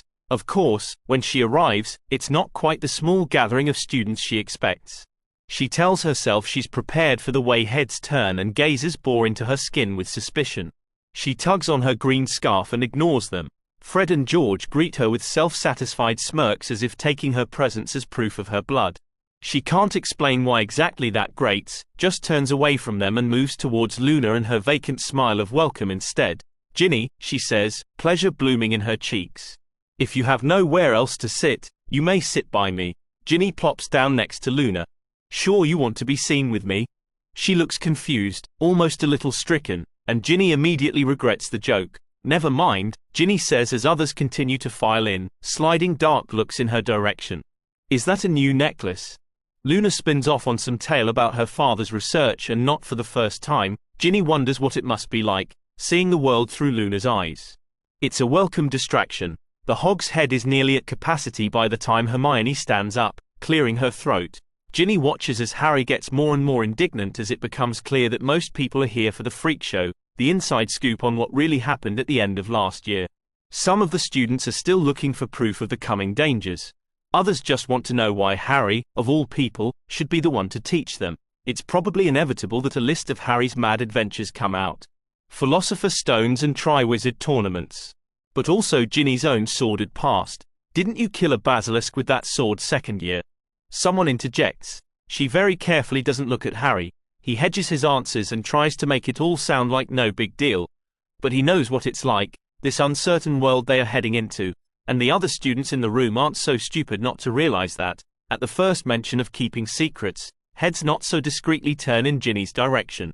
One of the Hufflepuff girls leans over to whisper in the ear of the boy next to her, the sibilance of Slytherin hissing around the room like an accusation. Ginny surges to her feet, some of the students nearby flinching away at the unexpected movement. Even Hermione looks a little wary, like she's wondering what Ginny is about to do. It occurs to her that even they don't really know anything about her. Not really. Ginny paces up to stand in front of the table. Harry meets her eyes over the piece of treasonous paper. Picking up the quill, Ginny signs her name. Big, bold loops and unapologetic slashes. Who's next? She asks, holding up the quill. The next morning Educational Decree number 24 appears, banning all student clubs, and there is no way that can be a coincidence. The entire hall is buzzing with it. Ginny watches the less clever of the students from the Hog's Head yesterday try to swarm the table where Harry and Hermione and Ron are eating. Hermione's face nearly turns purple with frustration as she tries to subtly signal them away. So much for keeping the club a secret. Terry Boot and another Ravenclaw get up from the table next to Slytherin's, looking like they may be heading that way too. Ginny pulls her wand, pointing it back under her arm as they pass. She whispers a trip jinx, both boys stumbling into each other in a heap. A clamor erupts, the fallen boys protesting, other Ravenclaw jumping to their feet, and the nearby Slytherin enjoying a good laugh. Everyone is looking around trying to figure out what has just happened. Under cover of the chaos, Ginny gives each of the boys a pointed look. She thought Ravenclaws were supposed to be clever. They glare at her, but when they get back to their feet, they walk off in a different direction, away from Harry and the rest. Gits, Ginny mutters under her breath. She glances around the hall, glad to see that the commotion provided enough time for everyone else to come to their senses. At the Gryffindor table, Ron is frowning at Ginny, but Hermione looks relieved. Smeeta slides Ginny a look, like she's wondering where Ginny's sudden interest in picking fights with other students came from. Ginny gives her a tight smile. They were giving Luna a hard time yesterday. Across the table, Tobias' eyebrow shoots up. Ginny Weasley, school crusader. I didn't even see you get that curse off. He sounds impressed. Practice makes perfect, Ginny mutters, trying to ignore the unpleasant gnaw of something uncomfortably like guilt in her stomach. We have to be able to protect ourselves. Ginny? Smeeta asks. She's saved from coming up with another lie when Bletchley slaps a hand on her shoulder. Extra practice this afternoon, 6. Poor Gryffindors haven't gotten their team approved by Umbridge yet. It had been the no doubt unintended side effect of the new decree. All Quidditch teams had to get permission to be reformed. You already got ours? She asks. Yeah, he says, waving a hand. It was a breeze. So I snagged Gryffindor's pitch time. Great, Ginny says, forcing herself to smile. It sucks that Umbridge is making them all do this, but they can sure use the extra practice. Gryffindor's woes aren't her problem. 2 days later, as Ginny leaves the hall after lunch, she spots Hermione hovering in the corridor. Give me a minute, Ginny says to Tobias and Smeeta. They give Hermione a curious glance, but don't hesitate to continue on without her. Hermione lowers her head towards Ginny. First meeting is tonight, 8 p.m. She nods. She'll barely have time to finish practice and grab a bite before, but she knows this is important. Meet on the 7th floor. You know the Barnabas the Barmy tapestry? Ginny frowns, being familiar enough with that part of the castle to know there aren't any classrooms or anything up there. But Hermione has already strode off, so she can't really ask. Sure enough, when Ginny first gets to the corridor that evening, her hair still slightly damp from the shower, at first glance there's nothing but stone walls. Then, as Ginny approaches closer, a metal door seems to almost bleed into place. It looks fortified and impenetrable, but opens easily under her hand, like it recognizes her. It closes silently behind her, leaving her standing in a large classroom full of pillows and strange contraptions on the wall. Most of the students from the Hog's Head are already there, heads turning to glance at her and then quickly away. Her brothers barely notice her, already embroiled in mischief, and Hermione just gives her a distracted smile before sticking her head back in a giant bookshelf. In the face of such indifference and outright hostility, Ginny is beginning to lose her nerve, especially when Harry has everyone pair up to practice. Luckily, before she can do anything stupid, a boy she recognizes from the train walks up to her. He looks about as sheepish as Ginny feels. Do you, have a partner?" he asks, some of the words swallowed and awkward to the point of intelligibility. Ginny swallows her anger and discomfort and takes a leap. "Not unless you'd like to be my partner," he smiles, looking relieved enough to almost fumble his wand. Ginny wonders what she may have gotten herself into. "Great," he says, holding out his hand. "I'm Neville." His palm is a little sweaty when she takes it. "Ginny." "Yeah," he says, nodding enthusiastically. "Ron's sister, right?" "Yeah," Ginny says, used to being known as one or another of her brother's sister for her entire life. They start out pretty simple, learning and perfecting basic protection spells, but Harry is thorough and endlessly patient. She's surprised by it and more than once has to remind herself that she doesn't actually know Harry Potter all that well. As for Neville, he's a little hopeless, but determined, never giving up no matter how many times he fails. He relaxes around her after a while, like maybe he'd been waiting for her to hex him when he wasn't looking, or say something nasty about his questionable wand skills. He pauses once after his spell has done little more than make some of Ginny's hair stand on end, looking down at his wand as if wondering if it has forsaken him. "My Dars," he explains, a world of hidden currents in the simple words. Ginny stole, her brother's wands a few times here and there over the years, just to try 'em out, but nothing has ever felt as right in her hand as her own wand. Neville straightens his shoulders. "Let's try it again." Ginny nods. Hopeless, but determined. She can admire that. Ginny stifles a yawn and tries not to panic about just how far behind she's getting in her studies. Between Quidditch and the DA, she's bound to fail at least one of her courses. Runes, probably. They all look exactly the same this late at night. Tobias and Smeeta have the nerve to look completely relaxed and caught up. "Gits." Tobias casually turns a page of the book he's reading. "Muggles," he says with a shake of his head. "They can be deliciously twisted." Ginny glances at the title, something about a prince called Machiavelli. She's halfway through another book Tobias lent her, all about the Muggle art of war. It's more useful on the Quidditch pitch than she initially expected. Technically they shouldn't be reading either of the books, but Tobias smuggled them in after letting his curiosity drag him into a Muggle bookshop over the summer. It's strange what counts as contraband at Hogwarts. Officially, Muggle books have to be carefully vetted through the school, the professors and Madam Pince deciding what is and isn't appropriate for the students. But it's not like that's ever stopped a Slytherin before. Ginny's heard rumors that Antonia has an entire closet of banned ancient books somewhere in the dorms. She glances over at the sixth year sitting near the fire, wondering if she might ever let Ginny take a look. Before all else, be armed. Tobias looks up from his book. Clearly Umbridge has never read this. Ginny snorts, the thought of prim and proper Umbridge reading something not ministry approved completely ridiculous. Tobias nudges their Dada textbook with the smiling, vacant student faces beaming up at them. But maybe it can be used as a shield somehow. "It's dense enough," Smeeta comments. "Who are you calling dense?" Tobias quips. Smeeta doesn't rise to the bait, simply shakes her head and tries not to look amused. "Well," Tobias says, stretching his arms above his head. "Maybe copying out of the text over and over again will increase the strength of my wand arm. A fat lot of good that will do if you don't know how to do anything with it," Smeeta counters. Complaining about Umbridge, or any professor, really, is just par for the course around the common room. But with these two it's more than just mere boredom. Ginny can see their hands twitch with restlessness, powerlessness. Not so different from her own. She thinks of an evening with Neville, learning to protect herself, and feels that unbearable twinge once again, finally knowing exactly what it is: guilt. Would you be interested in doing something to change that? Ginny asks, face still buried in her runes text. Tobias leans forward and hooks a finger over the spine of her book. "What exactly are we talking about?" Smeeta is just giving Ginny a look like it's about time. Ginny gnaws her lip. "It's dangerous," she says, just so they know what they are getting into. And has to be kept completely secret. Rather than being put off by that, Tobias only looks more interested. Ginny glances around the common room. "I can't really tell you more now." She looks at Smeeta. "But I will." Smeeta nods, putting a hand on Tobias' arm when he might push further. "Okay," he says, gathering his things up. "But I'm holding you to that." Ginny scribbles an ending to her arithmancy essay and vows to do better next time. Pushing to her feet, she trudges blearily towards her room. "You know," Antonia says as Ginny passes by, not looking up from her book. "You're getting a lot more interesting this year." Ginny isn't sure what to say to that. Ginny slips into potions at the last possible moment thanks to a whispered conversation with Hermione out in the halls. Her potion partner Bridget sends Ginny a slightly scandalized look, but is kept from saying anything by the arrival of Snape.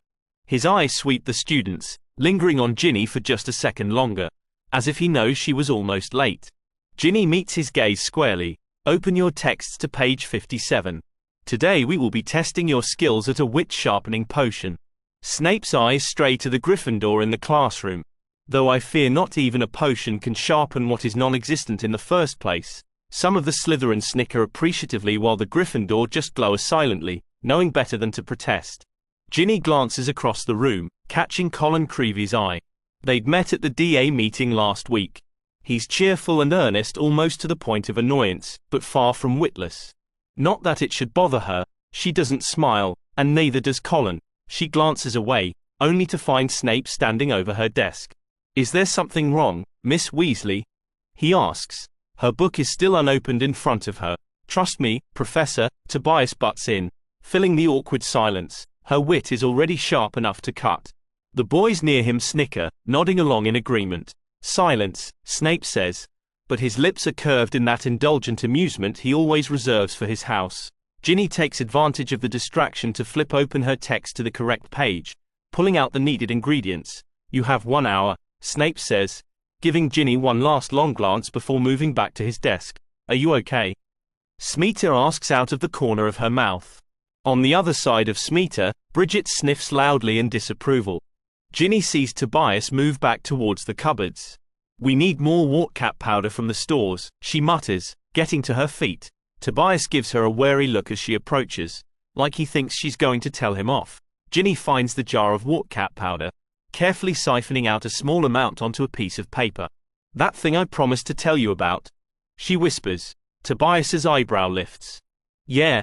Tonight. After dinner. Meet me by the sticking step at 7:30. Stepping away before he can pester her any further, Ginny feels the guilt in her stomach twist into something almost worse. She keeps walking. Later that night as they linger in the hallway one corridor down from the room of requirement, Tobias frowns when he catches sight of Harry coming towards them, but doesn't say anything. Ginny's incredibly thankful for that. She's been feeling his patience draw thinner and thinner as they stood out here. He's still convinced this is some sort of prank she's concocted. "Stay here," Ginny says to Tobias and Smeeta, moving down the hall to intercept Harry. "Harry, Ginny?" he asks, looking up as if surprised to see anyone here as early as him. Ginny blows out a breath, fairly blurting the words. "I know more people who want to join." "Yeah?" he asks, one eyebrow lifting. "I haven't given them any details yet," she says. After all, she's certain that was no simple piece of paper they'd signed. She knows the dangers of paper and ink more than anyone. Besides, even if Harry is rash enough to damn the consequences, Hermione is too smart to let him. Ginny glances over at Smeeta and Tobias standing just out of earshot. Harry follows her gaze, his expressive face not hiding his moment of shock. From his reaction, one would think she just asked him to train a bunch of Death Eaters. "They want to learn," she says through gritted teeth. Harry doesn't seem to buy that, giving her a look like she's missing the big picture. "They're sly," he starts to say, biting off the word as he realizes just who he's speaking to. "Know your enemy." Ginny stares back at him, feeling a weird sort of calm come over her. It feels like a relief to admit the truth. She isn't at all surprised. She knows this is why she hadn't told Tobias and Smeeta about the first meeting in the Hog's Head. Because she must have suspected this very reaction even then. "Ginny," Harry says, trying to backpedal. "I didn't mean." "Yeah, you did." She lets out a huff, shaking her head in irritation, or maybe just annoyance with herself for ever hoping for something different. "You, who talk about banding together, protecting ourselves, finding strength in unity. I don't have a problem with you joining, Ginny," he's quick to say, as if this small gesture absolves him of the larger crime. She knows the only reason he's willing to accept her is because she's a Weasley. He thinks he knows all about Weasleys. "Not this Weasley. You're such a hypocrite," she says, voice flat and matter of fact, but she still flinches back as if she'd yelled it. She wonders if that's the horror of a Slytherin having the audacity to question his vaunted moral position. The memory of him staring back at her in the chamber comes rushing back, Tom's voice whispering in her ear, "You don't fit his careful columns of good versus Slytherin." Ginny steps closer to Harry, anger thrumming in her veins. "There's one thing you should remember, Potter. I'm a Slytherin. Not an aberration, not a mix-up. A Slytherin. So if you're writing them off, you'd bloody well better write me off as well." He stares back at her, stunned, maybe by her words, by her gall. She doesn't really care. Spinning on her heel, she strides away from him, making a nice dramatic go of it. "Come on," she says to Tobias and Smeeta, both of them following her without comment when they see her face. Back in their common room, Tobias flops down on a couch. "He wouldn't let you tell us," Smeeta surmises, rightly putting all the pieces together. "No," Ginny confirms. "Did he have a reason?" Tobias demands, voice fairly dripping with aggression. Ginny just looks back at him, leaving the words unspoken. "Of course." He pushes back to his feet. "Sainted Potter," he spits. "Don't," Ginny says wearily, her own anger already draining in the face of pure exhaustion. Tobias spins to look at her. "Why the hell not?" Ginny sighs, that uncomfortable burning sensation back in her stomach. "He's in the wrong here, I know that. But just don't." Tobias gives her a long, sharp look that is no less painful than Harry's had been. After a while his jaw tightens, but he nods, seeming to accept that she has her limits. Smeeta watches Tobias go without comment. "Bugger it," Ginny swears, dropping her head back to the couch and slapping her hands over her face. "You're disappointed in him," Smeeta observes.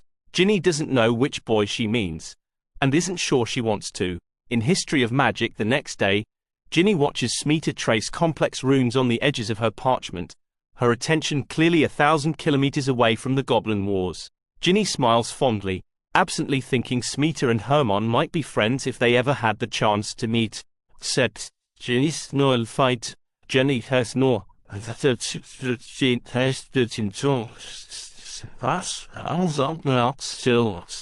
She doesn't bother giving Harry Potter and his bloody club a second thought. Not until Hermione pulls her to a stop in the halls. "There's a meeting tonight," she whispers, watching Ginny closely. "Will you be there?" Clearly she noticed her absence from the last meeting. Ginny shakes her head. "I can't." Hermione's eyes narrow. "What's happened?" "Nothing," Ginny says, not surprised Harry hasn't told her about their fight. He probably never gave it a second thought. "Nothing's happened. I'm just really busy right now." The lies are easy. It's nice to be on this side of them for once. Or so she tells herself. She tries not to pay attention to the clock that evening, but despite the load of homework she has to lose herself in, she becomes increasingly short-tempered as the clock ticks towards 8. Both Tobias and Smeeta have long since wandered off to leave her to her sulk. It's stupid, really. What does she care about the stupid DA or what Harry bloody Potter might think of her? Right before 8, a shadow falls across the book she isn't reading. "Come on." Ginny looks up, surprised to see Antonia standing over her. "What?" Antonia gives her an impatient look like she's dropping the ball. Astoria's going to play her harp. Ginny frowns, sure that Astoria has never publicly played before. She could be in the choir if she wanted, or in the musical chorale. But most Slytherin aren't big on participation. Antonia raises one perfect, dark eyebrow at Ginny when she continues to do nothing but stare. "Well, there are a million reasons to keep sitting here pouting, but all of them suddenly feel rather stupid. Besides, Ginny is big enough to admit she's always found Antonia fascinating." Ginny quickly shoves her books back into her bag and gets to her feet. Antonia leads her to what Ginny had up to now always assumed was a broom closet. The older girl taps the doorframe with her wand, murmuring something under her breath. When the door opens, it reveals a narrow staircase leading downwards.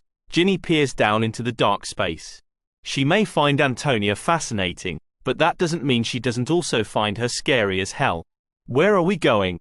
Antonia rolls her eyes. "Stop being a ninny."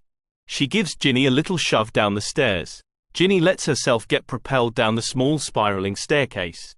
There are torches every half twist, and by the time Ginny gets to a doorway at the bottom, she's a little dizzy. The door opens out into a large, comfortable room.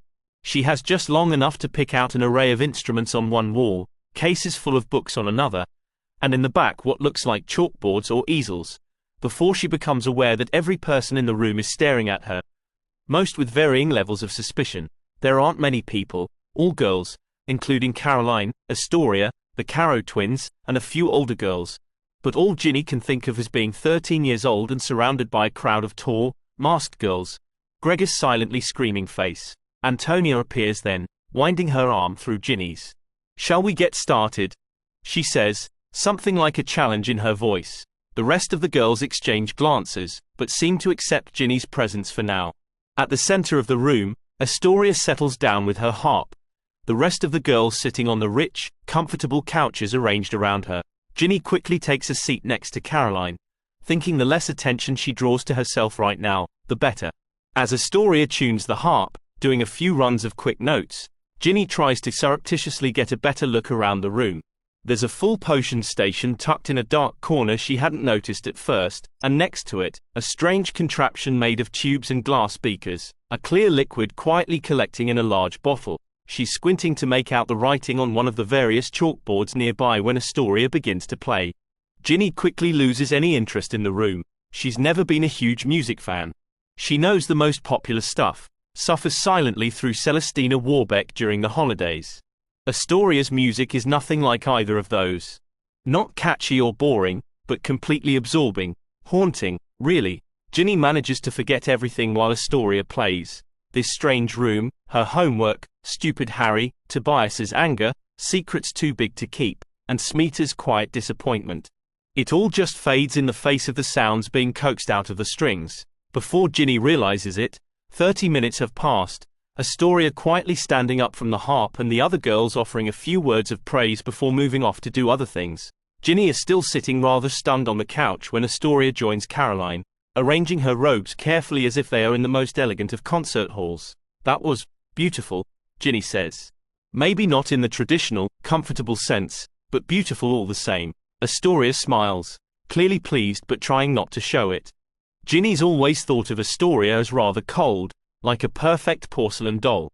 She thought maybe that was why Caroline hung out with her, hoping a little of that polish might rub off on her and make her mother happy. But Astoria with her harp is an entirely different being, someone incredibly more understandable. She comes to life. Caroline and Astoria lower their heads to talk to each other, and Ginny gathers enough nerve to get up and give the room a closer look.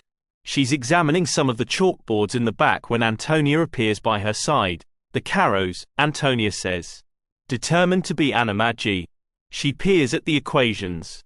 Looks like they might be getting pretty close. Ginny tries not to look surprised that so much has been going on right under her nose without her realizing, but Antonia's got an annoying smirk on her face all the same. Ginny moves further towards the back of the room, peeking at some canvases leaning against the wall. They are covered in dark swirling images, eyes and faces peering out of the darkness. "Don't touch those," a voice growls. Ginny turns to find Millicent Bulstrode uncomfortably close, her face twisted with malice. Ginny draws back with a start, her hand brushing against the comforting weight of her wand in her pocket. She darts a look over Millicent's shoulder to Antonia. The older girl merely looks away, clearly not willing to come to her rescue. Not that Ginny really expected her to. "I'm sorry," Ginny says, taking one careful step back. "I was just curious. Did you do them?" Like Astoria's music, the images are far from comfortable, but still clearly very good. She doesn't really know how to put that into words, and doesn't get a chance to. Millicent glowers at her. "None of your damn business." Ginny puts up her hands, perfectly able to believe Millicent capable of violence. "Understood." She retreats as quickly as she can without looking like she's fleeing. "Wow," Ginny says when she gets back to Antonia's side. "What a thoroughly unpleasant person." Antonia flicks something off her sweater. "Yeah. Maybe. Ginny echoes incredulously. To her surprise, Antonia looks disappointed. "What?" Antonia rolls her shoulders in a move far too elegant to be called a shrug, her face now indifferent. "I would have thought you, of all people, would understand that things aren't always as they seem." With that, Antonia moves off to talk to other girls, leaving Ginny standing there feeling like she's failed some unspoken test. They mill about for another hour, and Ginny slips away as soon as she can. No one seems to notice. "You went to the parlor?" Smeata asks later that night, looking impressed. Ginny can hear the capitalization in her voice. Yeah, she says, wondering now why she'd never heard of it before since it is clearly a big deal. Not that it really matters. Something tells me I won't be asked again though. Smeeta raises an eyebrow, but doesn't ask. Ginny nudges her with her elbow. Wouldn't want to leave you with no one but Tobias to hang out with, after all. Smeeta shoves at her, still trying to pretend the idea doesn't appeal to her. Ginny doesn't sleep well that night, dreaming of Millicent Bulstrode playing a cello with a dark mark floating above her head. She looks straight at Ginny, her bow dragging with a groan across the strings. Hypocrite. Solitude is a habit Ginny has never shaken since her first year. She loves hanging around with Smeeta and Tobias, being in the middle of things. But sometimes she just wants a minute to herself, a place to retreat to. When she does, she comes here, to her secret hiding place. The odd little cloister is one of the few things she learned from Tom that she has claimed as her own. It appears open to the sky above, sunlight radiating in, even though Ginny knows there are at least 5 stories of castle directly above. It feels like it once used to be a vast courtyard that was slowly squeezed and run over by the expanding castle. Now it is crowded with warped and twisted columns, moss and various plants growing across large broken blocks of marble lying on their sides. There's a soft trickle of water coming from somewhere, but try as she may, she's never been able to find the source. It feels ancient and forgotten, and somehow completely her own, which is exactly why Ginny can't explain how Harry finds it. Hearing a noise, Ginny glances up to see him barely visible through the tiny sliver of space that serves as the entrance. She knows he can't have seen her yet, and seriously considers ducking out of sight. He taps a piece of parchment with his wand before tucking it away into his pocket. Taking a few steps out into the cloister, he comes to a stop, eyes skimming the space as if looking for something. It takes a moment for him to locate her among the intricate columns, his eyes settling on her as if he had fully expected her to be there. "Hi," he says. "Hi," she echoes, voice completely devoid of either welcome or censure. He seems heartened by the fact that she hasn't hexed him though, stepping between the columns and scrabbling over blocks to get closer to her. She petulantly doesn't bother pointing out the clear path to one side. "What is this place?" he asks when he finally reaches her. She shrugs, glancing around. "I'm not sure." He makes a big show of looking up at the lattice of marble above them, but Ginny gets the sense he's just stalling. He looks back down to find her watching him. "Charms homework?" he says, gesturing at her book. She lifts an eyebrow at him. Does he really think she's going to believe he came all this way to find her just to talk about homework? Because it's clear now that this is his goal here. She isn't sure what to think of that. He grimaces, hands disappearing into his pockets. "Look. Are you coming back to the DA?" She's missed 2 meetings now, and she can only think of one reason that would bother him. "If you're here because you're worried I'm going to tell Umbridge." "No," Harry interrupts. "That's not. I don't think you'd ever do that, Ginny." She closes her book, giving him her full attention. "Why not?" "What?" he asks, looking flustered. "Why don't you think I'd tell Umbridge?" "Because, you just wouldn't." She tilts her head to one side. "Because I'm a Weasley." His mouth opens and closes a couple of times, like he's learned it's best to think his words through when he's talking to her, but can't quite decide what's safe to say. Maybe she'd find that funny if she weren't so annoyed, but unfortunately Smeeta and Tobias aren't. Is that it? Harry shifts, having the grace to look uncomfortable. He drops down on a marble block next to her like he's run out of steam. This conversation is clearly not going anywhere near where he expected it to. "Malfoy," he says. Letting the silence stretch long like this one word is an explanation, is a wanker. Ginny supplies for him. Harry looks at her in surprise. She shrugs. "It's not like that's a secret. But neither does it have anything to do with this, doesn't it?" he asks, his gaze sharpening like he's decided he's not going to let her get away with anything either. "He isn't Slytherin," Ginny says. It's the same mistake she'd made, in the beginning. The same mistake she keeps making, if she's honest. And that, more than anything, is why she finds it harder to be angry with Harry today. She's too busy being angry with herself. She knows why she really lost her temper with him. Because he dared to say out loud what she'd hated herself for thinking. For suspecting.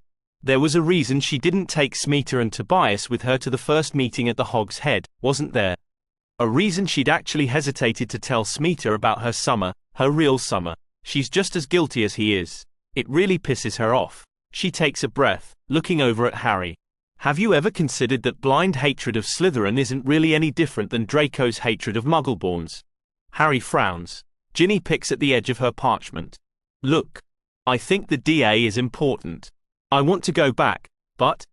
He prompts, apparently not quite so hopelessly dense as her brother. But not if the only reason you let me join is because I'm a Weasley. And not without Smeeta and Tobias. This whole thing has been about being able to protect themselves, and Ginny just isn't willing to leave her friends out of that.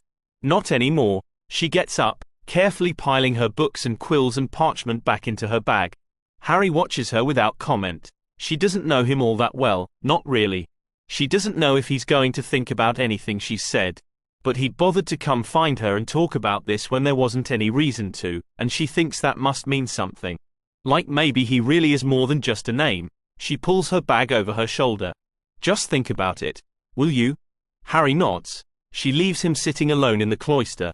The next day, Ginny stifles a curse as her bag hits the ground with a thump and clang as she gets shoved from behind. She looks up from her belongings sprawled all over the busy hallway floor to find Harry Potter standing next to her. Oops. Sorry, he says, not sounding remotely apologetic. She glares, wondering if this is a sign of how things are going to be between them now. Antagonistic. Clearly she'd been overly optimistic, thinking he might take her words to heart. Before she can formulate a response, he's on the floor, corralling all her things back into her bag. Frowning, she drops down next to him, swiftly snatching the embarrassingly chewed quills from his hands. I've got it, she snaps. He doesn't argue, stacking up the last of her books. She's about to push to her feet and stalk off with an appropriate air of menace when he touches her elbow. You forgot these. He presses something into her hand. She glances down, catching the glint of gold between her fingers before tightening her fist. She thinks she'd know if she had a small fortune in gold rattling around in her bag. What crazy new game is this? Harry just smiles back at her, and it occurs to Ginny that he's amused, like he's enjoying her confusion. Tonight at 8, okay? He says, voice barely audible. Rolling the coins around her palm, she carefully counts. 1, 2, 3, 3. She feels an absurd smile rising on the warmth bubbling up in her chest. But she also notices that people are beginning to stare. Jamming her fist into her pocket, she nods at Harry, giving him a pleasant smile. Then she shoves him. He sprawls back on his arse, a stupid look of surprise on his face. He frowns as he rubs at his chest, and Ginny thinks she enjoys seeing him look confused too. Raising her voice, she pushes to her feet, flicking imaginary dust off her sleeve. Watch it, Potter, she says, standing over him. Next time I won't be so forgiving. She doesn't give him another glance, her step light and springing as she hums to herself. Ron, Harry, and Hermione meet them in the hallway in front of the room of requirement just after 8. It just looks like a plain stretch of wall at the moment, and she knows Tobias still thinks this is an elaborate prank. Getting him here at all had been an even bigger challenge than convincing Harry. We need you to sign this, Hermione says, giving him a hesitant smile and holding out the piece of parchment Ginny recognizes from the hog's head, her signature sitting right at the top. Why? Tobias demands, crossing his arms over his chest. Hermione's smile falters. Because she told you to, you git, Ron snaps. Tobias glares at Ron, but doesn't rise to the bait. Ginny can practically see him filing away the insult for future retaliation. What is it? He asks, digging his heels in out of sheer perversity. It's your promise that you won't tell anyone what we're about, Hermione explains. What? We can't just pinky swear.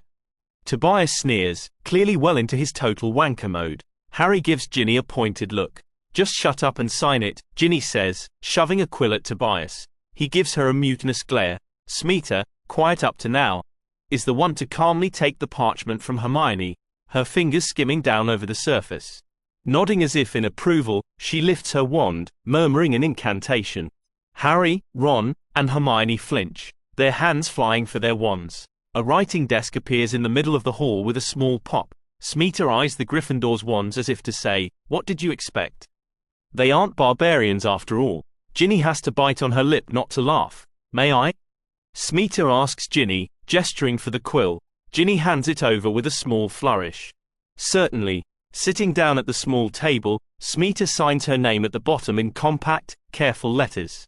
Tobias? She asks, holding the quill out for him. Tobias makes a show of grumbling, but sits down in the vacated seat and signs his name as well. Smeeta collects the parchment and vanishes the desk with a flick of her wand. Stepping over to stand next to Hermione, she hands it to her. This parchment's cursed, she observes. Hermione blanches. It's what? Tobias bites out, voice low and dangerous. Ginny touches his arm. Cursed, Smeeta repeats, clearly unconcerned by this fact. Harry gives her a speculative look. Yet you still signed it. Smeeta nods. I would have cursed it too. It's a wise precaution. Ginny can't lie. She gets a lot of amusement out of how discomforted Hermione and Harry look to get Slytherin approval of their underhandedness. What spell did you use? Smeeta asks, stepping closer to Hermione. Hermione's mouth opens and closes a couple of times. Her eyes still a little panicked. You're right, Smeeta says, tapping the side of her nose. It's safer not to let anyone know. Should we go inside? Ginny asks, trying to hide a strangled laugh behind a cough. Right, Harry says, moving to pace in front of the wall. Despite himself, Tobias looks pretty impressed as the doors to the room of requirement appear. Just what the hell have you gotten us into, Ginevra? Harry, Ron, and Hermione walk through the doors, Tobias trailing slightly behind. Enjoying yourself? Ginny whispers, threading her arm through Smeeta's as they follow. Smeeta nods. Oh, yes. Immensely. Ginny laughs at the sparkle in Smeeta's eye. I'm really glad you're here. This, at last, feels right. Inside, stillness invades the room as everyone notices the newcomers in the doorway. A Ravenclaw boy leans over to whisper in the ear of a Hufflepuff girl. Ginny's jaw clenches. Harry glances at her, and clears his throat loudly. We have 2 new members today. This is Tobias and Smeeta, not exactly gushing, but she appreciates his matter-of-fact tone. He isn't going to justify their presence to anyone. Except maybe to himself. Harry waits another beat, like maybe he's waiting for someone to greet them. The tension in the room only seems to grow though, until Luna steps forward. Oh, hello. She says, floating over to their side. Hi, Luna, Smeeta says. Their familiarity with Luna only seems to cement their weirdness with the other members. Muttering breaking out all over the room, Harry gives a smart blow on the whistle hanging around his neck. Okay, let's get to work. Pair up and let me see how your disarming practice is going. Neville crosses over to Ginny. I'm glad you're back, he says. Thanks, she says, turning to Tobias and Smeeta. This is Neville. They only nod in return. Tobias still bent out of shape and Smeeta shy as always. Ginny smiles at Neville to soften the blow. Would you mind being my practice partner again? Ginny asks, leaving Tobias and Smeeta to work with each other when she sees Harry approach them to help catch him up. The rest of the meeting goes relatively smoothly, barring the time one of Neville's spells goes awry and makes one of Tobias' legs go numb. Neville looks horrified, Tobias indignant, but then Smeeta is leaning over him, looking concerned, and Tobias seems to forget all about Neville. Stupid Burke. At the end of the meeting, Ginny pretends not to see the way people swarm around Harry, demanding, no doubt, to know what the hell he was thinking, letting a bunch of Slytherin in. Tries to pretend Fred and George aren't right in there with the rest of them. Neville gives her an apologetic look. Luna happily unaware of the undercurrents. Ginny forces a smile on her face and gets Tobias and Smeeta out of the room as quickly as possible. Back in the common room, Ginny eyes Tobias, who is clearly fuming. Are you more angry because of the way they treated us, or because Harry is actually a good teacher? Tobias lets out a sigh, dropping an arm over Ginny's shoulders. Can't I be angry about both at the same time? Ginny smiles. It will get better, she promises. It has to. It doesn't get better. Well, it does for a little while. The others slowly get used to seeing them there, particularly after Tobias stops glaring at people and Smeeta's quiet competence becomes clear. Only then the first match of the Quidditch season looms closer and closer, and things in the halls outside get nastier and nastier. Members of the Gryffindor Quidditch team keep ending up in the infirmary, and Ginny isn't so naive not to know why. She's in the library studying when she notices Bletchley eyeing Alicia Spinnet over his books, his wand twisting in his fingers under the desk. Ginny crosses the room as if looking for another book, bumping Bletchley from behind just in time for the Jinx to dong harmlessly off a table leg. Bletchley spins around in surprise.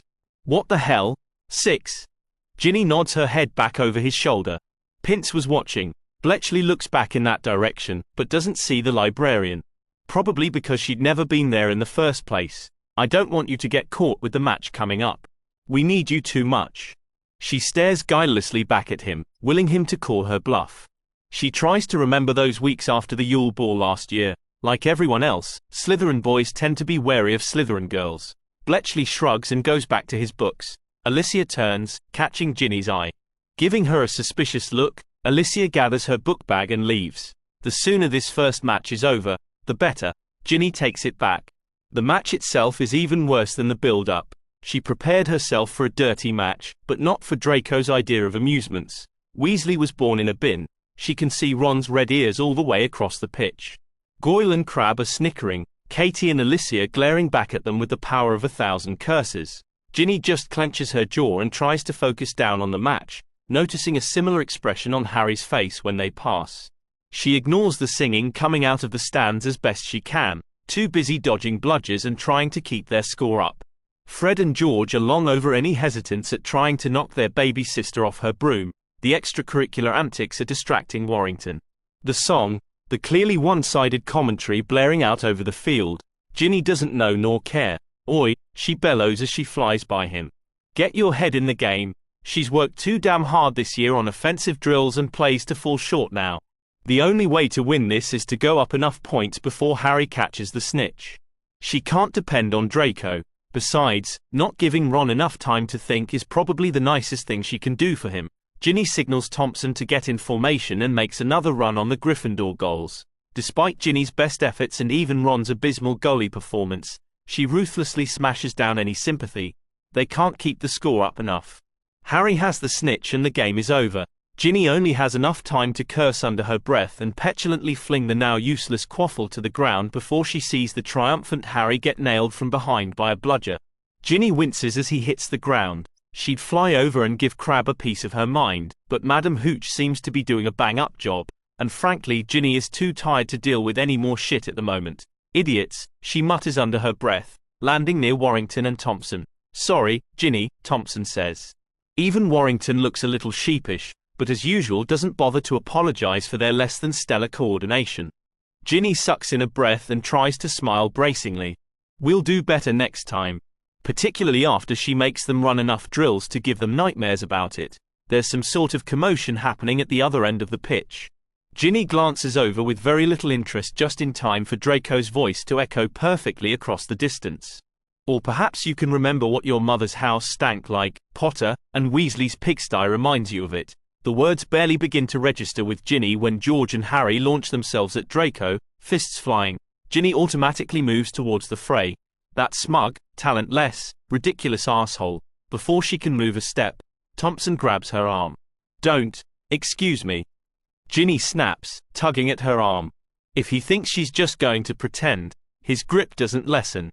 Let it go. She turns to him, her mouth dropping open with indignation. I'm not telling you to forget, he says. Just let it go. For now.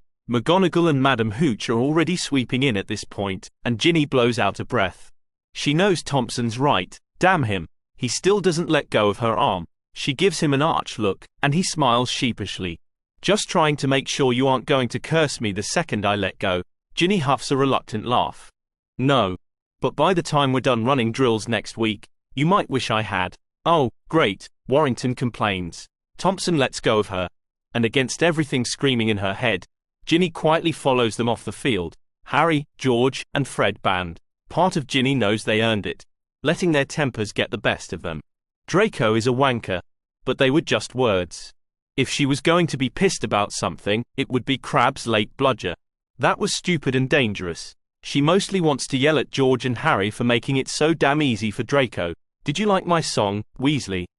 Draco asks, blithely calling her out in front of the entire common room. For a moment she feels it, her blood boiling up with anger. Everyone knows that song isn't just about Ron's Quidditch skills, but about her family, her parents. With effort, she swallows the rage back down. Draco isn't going to score any more points off of this. Not with her. Ginny shakes her head, looking calmly back at him. Can't say I heard it. Must have been too busy watching you not catch the snitch yet again. Draco's face flushes, a few people nearby snickering behind their hands. She stands staring at him another moment, to see if he has anything to follow up with, if he'll be stupid enough to pull his wand. Please, oh please, she secretly hopes. Just give her a reason. She isn't really surprised when he does nothing more than glare at her. Just a little disappointed. Giving him one last contemptuous glance, Ginny spins on her heel, carrying on as if he'd never interrupted her. She sinks down in a chair, pulling her charms text up close to her face. Well done. Ginny looks up over the edge of her book to see Antonia in a nearby chair. I'm letting it go, Ginny says, remembering Thompson's advice. For now. Antonia nods like this makes perfect sense. Plenty of time for other things later. Ginny's eyes narrow. Like what? Revenge. Not revenge, Antonia says, her smile patient and a little predatory. Reciprocity. Watching Antonia disappear back behind her book, Ginny isn't sure she understands the difference. It's only been a week since the disastrous match when the galleon in Ginny's pocket heats up, the numbers changing to reflect the time of the next DA meeting. She looks up from her essay to find Tobias and Smita sharing a dubious glance, hands on their pockets. The question of whether to go to this next meeting doesn't seem as easy as it did the week before. Ginny's still able to see the difference between Draco and Crabbe being arseholes and concluding that all of Slytherin is evil. She's not so sure about the rest of DA though. Still, she's not ready to concede her hard-won ground. I'm up for it, she says. Tobias shrugs, looking over at Smita. One way or another, it should be exciting. Smita nods her agreement. I say we go. Ginny tries to tell if Harry looks surprised or annoyed by their presence at the meeting later that night, but he's surprisingly stone-faced for him. She bites down on the ridiculous urge to apologize. Other than being on the same team as those Barks, she hadn't done anything. Of course, to a Gryffindor, inaction is probably sin enough in itself. She moves over to stand by Neville, and he seems happy enough to see her. He's not so clueless not to notice her discomfort. The occasional nasty look slid her way by some of the Gryffindor. You didn't do anything, Ginny, Neville says quietly as she squares off in front of a practice dummy. Maybe I should have, she says. Maybe I should have punched Crabbe in the face. Neville grimaces. Then you could have had a lifetime ban as well, would I? She asks, taking aim at the dummy in front of her. Or would I have just gotten lines? She isn't stupid. She sees the way things work and don't work by house. She can see the benefits next to the limits. Neville sighs. You have to live with them, Ginny. Everyone knows that. Ginny's hand tightens on her wand. Reducto.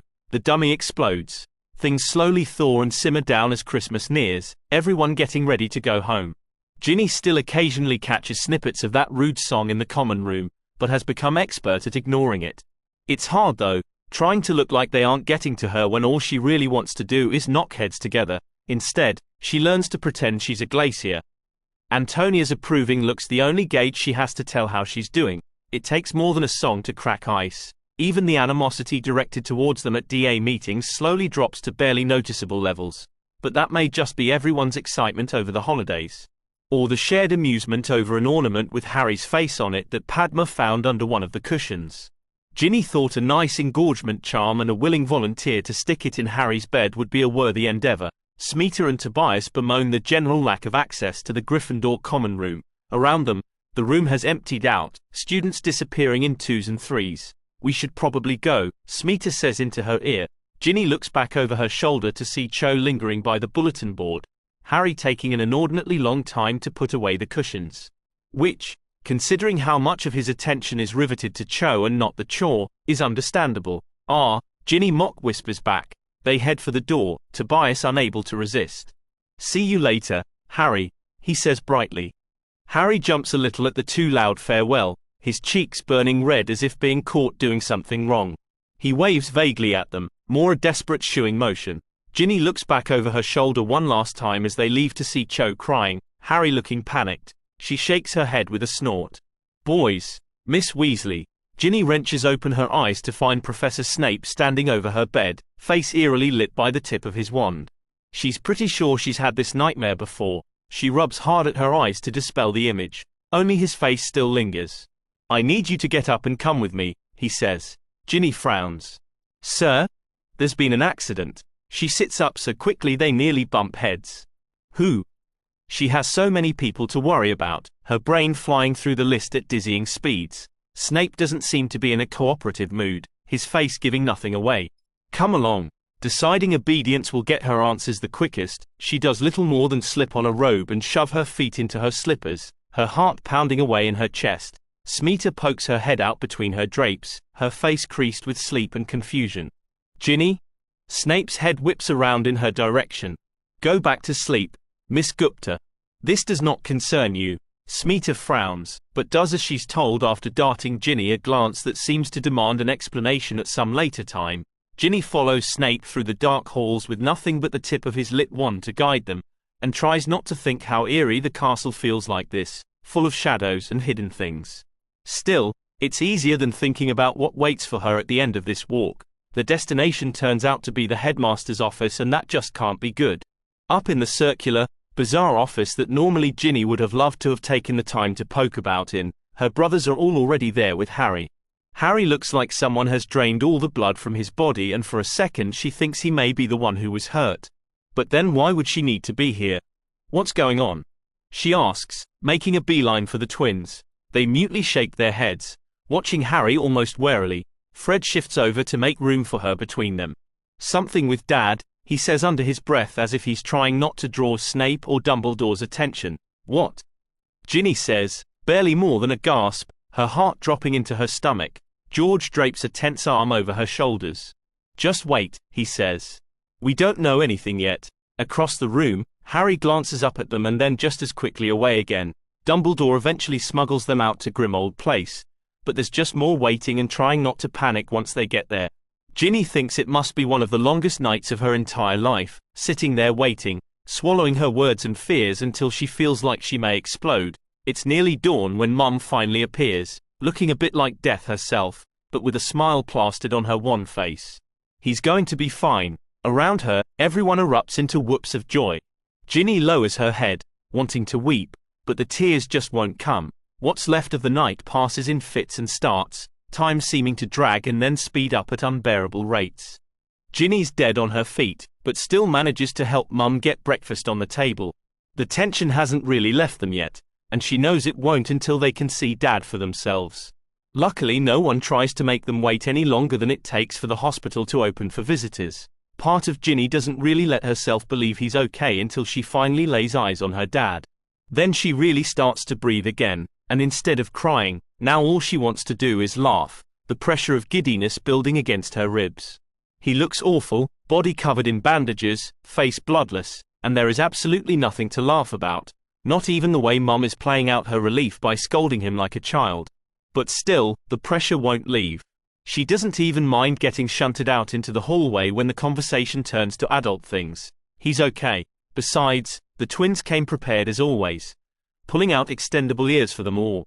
Their faces seeming to reflect the giddiness in Ginny's chest. They gleefully listen in from the other side of the doors, all of their smiles goofy with lack of sleep and sheer relief. Most of what the adults in the other room are saying isn't even registering, until Moody's voice growls out above the rest. Obviously Potter doesn't realize what that means, but if you know who's possessing him. Harry pulls back from the door with a jerk. Ginny remembers it all too clearly in that moment. The way Tom can shove his way back in when you least expect it. Ron is moping in the kitchen. He's been there all morning. Harry must still be freezing him out, Ginny assumes, the same way he ignored all of them yesterday on the ride back from hospital. He's been in his room since then. Hiding, pouting. Who knows? Mum's beginning to look pinched, probably disturbed that it has been almost 24 hours since she was last able to feed up Harry. The lunch tray she's prepared for him looks like enough for a small army. Ginny's had just about enough of this. Her dad nearly died 2 days ago, and even if Harry is the one who seems to have saved his life, he doesn't have the right to add more worry to her mother's overloaded plate.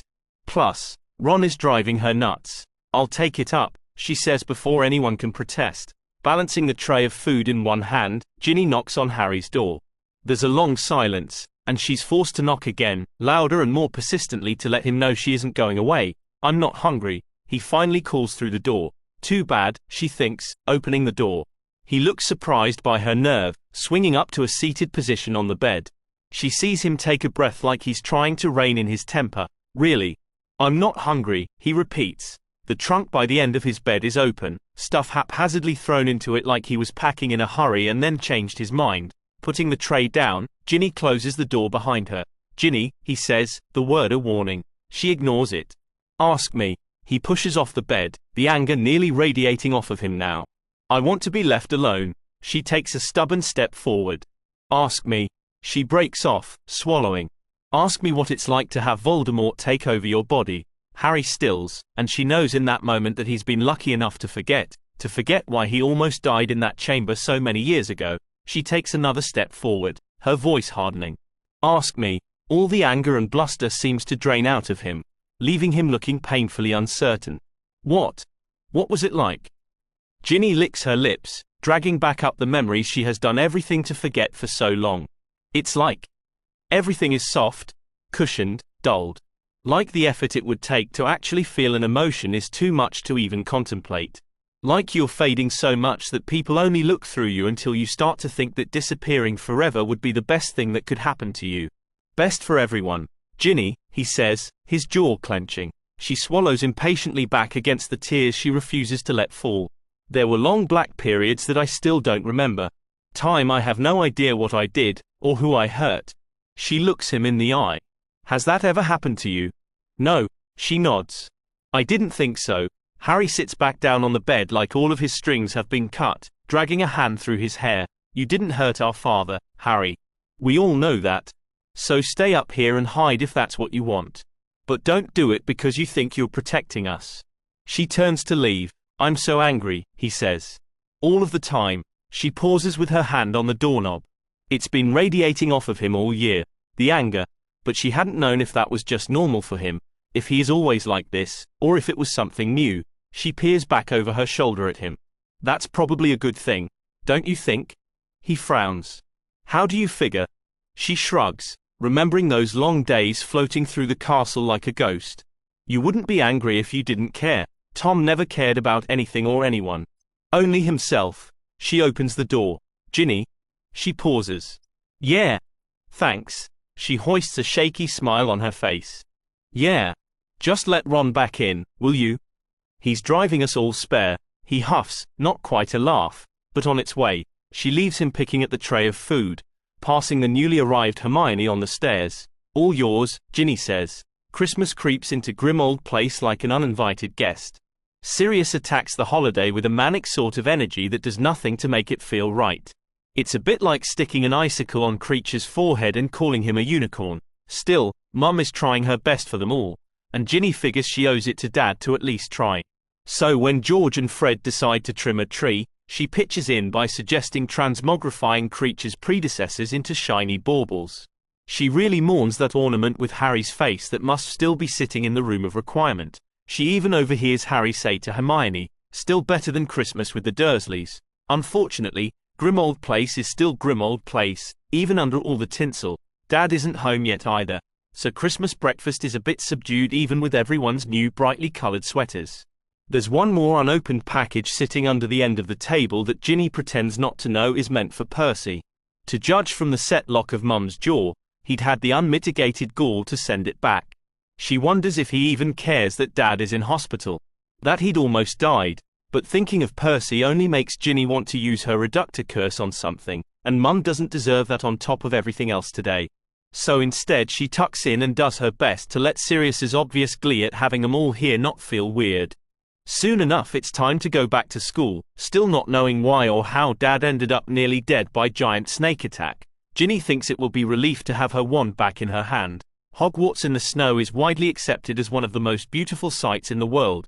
Ginny couldn't be less moved. Merlin's beard. Did you dimwits forget everything over Christmas? It's like a drunken band of muggles out here. She hears the other two chasers' feet hit the ground slightly after her, but doesn't bother turning to look at their reaction to her diatribe. She considers throwing her broom down in disgust, but isn't willing to let her emotions out on her equipment. It would be far more practical to take them out on Thompson and Warrington's stupid heads. Gripping her broom tightly, she stomps off the field. She hasn't made it far when a wet, soft ball of snow hits her on the back of the head, the slush working its way into her collar. She spins to find Warrington unapologetically brushing snow off his hands. Her mouth drops open, turning to the nearby Bletchley. He just shrugs and says, "You pretty much deserved that." 6. Next to Warrington, Thompson nods in agreement. So maybe she was a little harsh. Worked up, even. She just really wants to win their next match. Don't they get that? Warrington raises an eyebrow at her, probably waiting to see if she's going to pull her wand. She lets out a breath, forcing her shoulders to relax. She waits just long enough for Warrington to relax too. Then she says in a mild voice, "You understand, of course, that this means war." Warrington's eyes widen, and Ginny ducks to scoop up a handful of snow.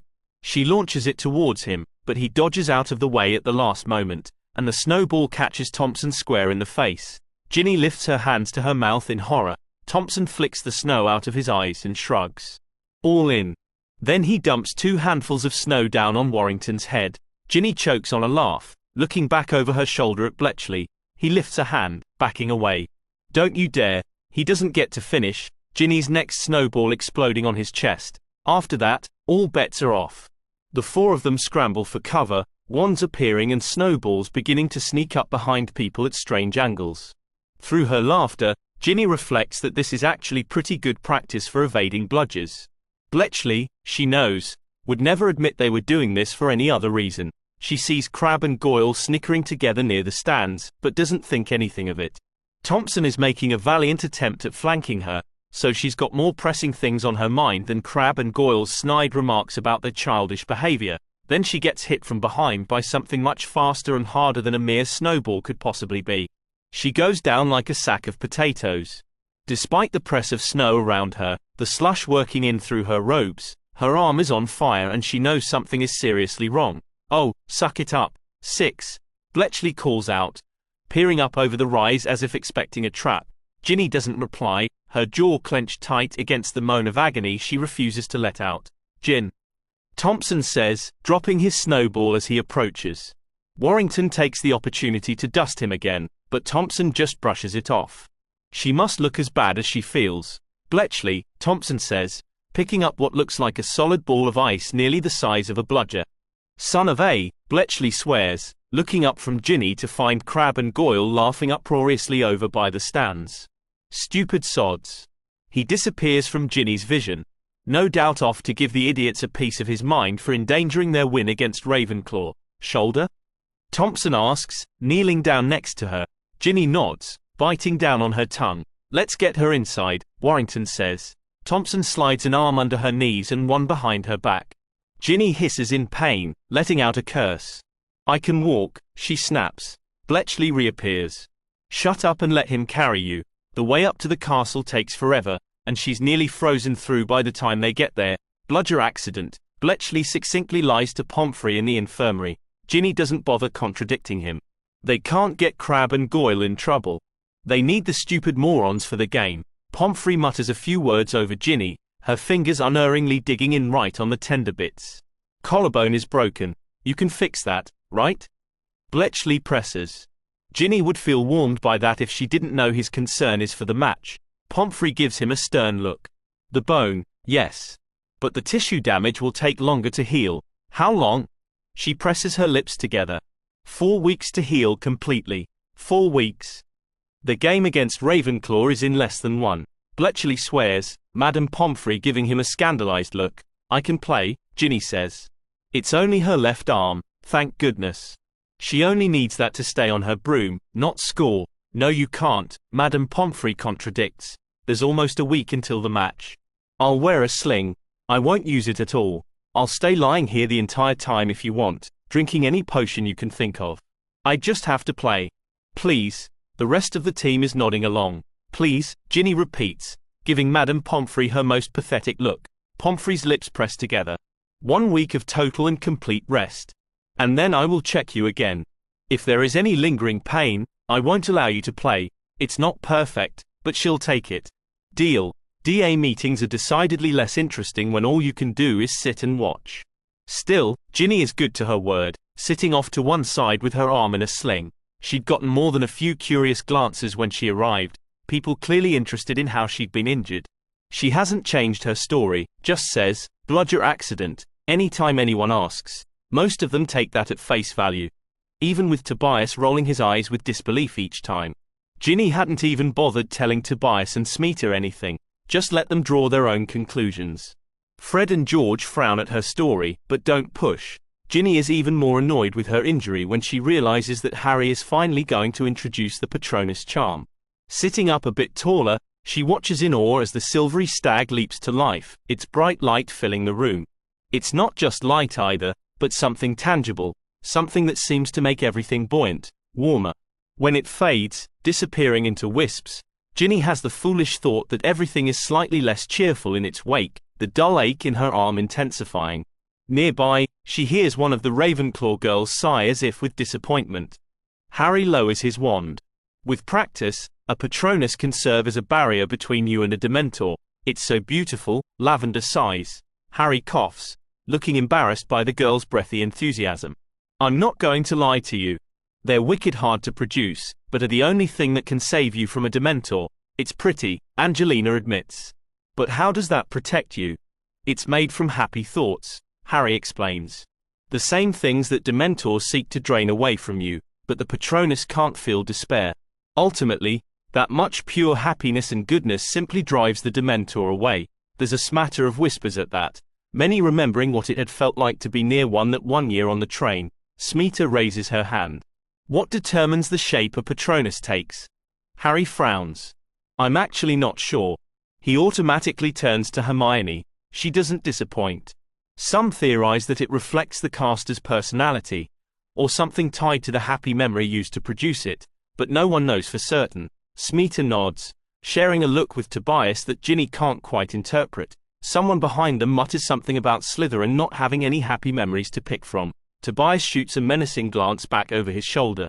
Fingering his wand, he says, I know how I could make some happy memories. People laugh, a few more nervous than amused, but Ginny thinks not even that would have happened before the DA. Okay, Harry says. Let's give it a try. At the end of the week, Ginny is able to sit perfectly calm through Pomfrey's examination, betraying not so much as a grimace no matter how times she pokes her. Of course, that's really only thanks to a nice potion Smeeta brewed for her. It isn't really cheating, exactly. Not when the situation is so dire. Pomfrey still looks suspicious, giving Ginny one last hard, unexpected poke. Ginny flexes her stomach, managing to hold in a groan at the pain in her arm. She breathes carefully and lets her face soften into a smile. See? Right as rain. Pomfrey sniffs. All right. But if there is permanent damage because of this, don't come back crying to me. Ginny feels a twinge of worry with that, but quickly shoves it aside, focusing instead on the match. Her team doesn't stand a chance without her and they all know it. Saturday dawns hard and cold, with heavy grey clouds glowering above. Not exactly promising, but Ginny doesn't need sunshine, just another hit of Smeeta's amazing potion. As they get ready to head out onto the pitch, Bletchley grabs Draco's shoulder. Catch the damn snitch, he growls. And sooner rather than later, Draco scowls, shaking off Bletchley's hand. Crabbe and Goyle follow him out, still looking faintly amused by the situation. Too stupid to understand the impact of what they've done, Bletchley sighs, but doesn't bother pressing further. He must know a losing battle when he sees one. He doesn't bother to ask Ginny if she is okay, and she wouldn't expect him to. One thing they have always implicitly agreed on is how much Quidditch matters. He does reach out to punch her in his normal pre-game ritual, ending up changing last moment and patting her awkwardly on her head. Ginny rolls her eyes and calls him something profane. Bletchley grins, knuckles digging into her scalp. She shoves him off, shoulders her broom, and walks out onto the pitch. As the two teams line up on the field, there's no visible sign of recognition when Ginny stands across from Cho, no sign that they are both in the DA together. Not surprising, the match starts off okay, the pain manageable, but as the match stretches on and no one finds the snitch and the cold starts seeping in, it takes everything Ginny has just to stay on her broom. After a half hour in, Bletchley calls a timeout, and Ginny has to wonder if she's begun to look green from the pain. He doesn't speak to her though, instead yelling at Draco to get the damn snitch and for the beaters to do their bloody jobs. Smeeta slips into the clutch of players with a steaming goblet in her hand, blithely ignoring the yelling. For the record, she says, handing the goblet over, this is a really bad idea, probably, but Ginny still downs the contents of the goblet, feeling a flush of instant relief. Ginny does her best to run up as many points as possible while the potion is still strong, and Warrington and Thompson step up the game accordingly. Luckily the Ravenclaw keeper is not very good, even if Cho is still flying circles around Draco. Draco seems incapable of doing anything more than getting in Cho's way from time to time, relying on his thuggish friends to fire bludgers in her direction. Still, it does afford the chasers time enough to build a lead. Just enough to ensure that even if Cho gets the snitch, they can still win. A late, stupid foul nearly destroys their precious lead. Crabbe, Of course. Ginny manages to fling one last quaffle home right before Cho grabs the snitch. Victory. Stepping off her broom in the midst of her cheering teammates, Ginny almost collapses to the ground. Thompson steps up as if to slap her on the back, his arms sliding carefully around her back. You, Weasley, are one of the craziest, stubbornest, most foolhardy people I know, he says, helping her get back to the locker room. It's kind of amazing. If she wasn't in so much pain, she might punch him for that. I just hope it's worth it, he says. So does she. The next morning, Ginny feels pretty close to death. The price, she knows, for the temporary reprieve Smeeta's potions provided. As much as she wants more potion, she thinks food might be order. Food and then more bed. For like a week. After breakfast she sits in the common room with Tobias and Smeeta. Her head is pounding away, she's overwhelmingly behind on her homework, and the last damn straw is Crabbe sitting in the common room, flicking little paper wads at Millicent. Her shoulder, the song, the late bludger, the look on Millicent's face as she pretends it doesn't bother her. It's all just too damn much. Unbidden, Neville's voice rises up in her head. You have to live with them, Ginny. Everyone knows that. No, Ginny thinks. Neville got it wrong. They have to live with her. What are you thinking about when you look like that? Smeeta asks, voice wary. Ginny's eyes narrow. Shoving her books aside, she gets to her feet, marching across the common room. She passes Crabbe without pause, cashing a snippet of the barely coherent, nasty things he's not bothering to whisper about Millicent. Antonia, Ginny says when she nears the older girl's chair. I was wondering if you could help me with something. Antonia takes one look at Ginny's face, a lazy smile spreading across her face like a cat presented with a bowl of cream. I thought you'd never ask. Just to be extra careful, Ginny decides to belatedly take Pomfrey's advice, keeping her arm in the sling for another 2 weeks. She doesn't use it at all, too worried about what Pomfrey had said about permanent damage now that the match is over. Not that she regrets it. Quidditch is a serious business. Which is exactly why now that she has the time, she is going to get her recovery done right. The lack of Quidditch practices even allows her to finally get caught up in her studies again. At the DA meetings, they have finally begun trying to produce their own Patronuses, with minimal success so far. Mostly they manage nothing more than shooting short bursts of glittery mist at each other. But even the mist has the effect of endless smiles and giggles. Even sitting on the sidelines, Ginny's arm hurts far less. The whole group is in high spirits, swapping insults and tall tales. Fred is relating their latest prank on Filch, Lee Jordan doing a credible impersonation of the caretaker clutching his blue-dyed tongue. I hear Crabbe is in the infirmary. George cackles, not bothering to hide his malicious pleasure. Stupid Git fell down the stairs. Tobias supplies, ever happy to jump in with well-timed gossip. Too thick to remember the sticking step, poor sod. They all laugh. Ginny looks up to find Harry watching her from across the room. She meets his gaze unblinkingly. He calls an end to the meeting, the wisps of light dissipating. The room feels a little darker than when they began. In February, the newly cobbled-together Gryffindor Quidditch team loses bad to Hufflepuff. From the stands, Ginny winces, and tries to remind herself that Gryffindor losing to Hufflepuff is a good thing for Slytherin's chances. Still, it's painful to watch. The only good thing is that no one dares to sing Malfoy's stupid song anywhere near her. She doubts anyone will ever again. She glances over at Malfoy and Goyle. Looking a little lonely, just the two of them. Biting her lip, she turns back to watching the game. Off the pitch, things have begun to ramp up. Starting with Harry's interview for the Quibbler and Umbridge's more and more over-the-top attempts to control the school, sacking teachers and belittling them and trying to make it look like she rules the school and not Dumbledore. It would almost be impressive if it weren't so damn annoying. Smeeta rushes up to Ginny one evening after dinner, her face pale. Smeeta? Ginny asks, glancing across the room at Tobias. What's wrong? Umbridge is purging the library of all non-wizard materials. This is probably the last thing she expected Smeeta to say. What? She nods as Tobias joins them. Everything by muggles, or goblins, or centaurs. She has Pince boxing them all up. Ginny really wants to say, she can't do that, but knows very well that she can. This must be about Firenze and Trelawney. About Umbridge feeling the need to reassert her power again in the face of Harry's interview and all the things she can't control. Madame Pince was actually crying, Smeeta says, looking seriously disturbed. She looks up at Ginny. We're going to do something, right? Of course we are, Tobias says, disgust clear in his voice. If there is one thing he won't tolerate, it's someone trying to separate him from books. Nicking them should be easy enough. Pins would probably help us. We just need somewhere safe to keep them. Room of requirement. Smeeta asks. No, Ginny says, glancing towards the nondescript door that doesn't lead to a broom closet. I think I might know somewhere even better. She walks over to the door, Smeeta and Tobias trailing behind her. She isn't sure whether she should try the door handle, knock, or what. It should surprise her, the way Antonia materializes, languidly strolling around the corner. But Ginny has long since stopped wondering the limits of the girl's powers. Ginny walks up to her, Tobias and Smeeta hanging back. If we were to liberate some books, could you help us find someplace to keep them?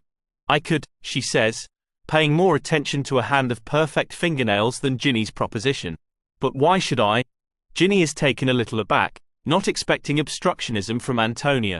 She wonders if she's been getting a little too comfortable with thinking she actually knows the older girl. Because Umbridge is going to destroy them, Smeeta blurts from behind her.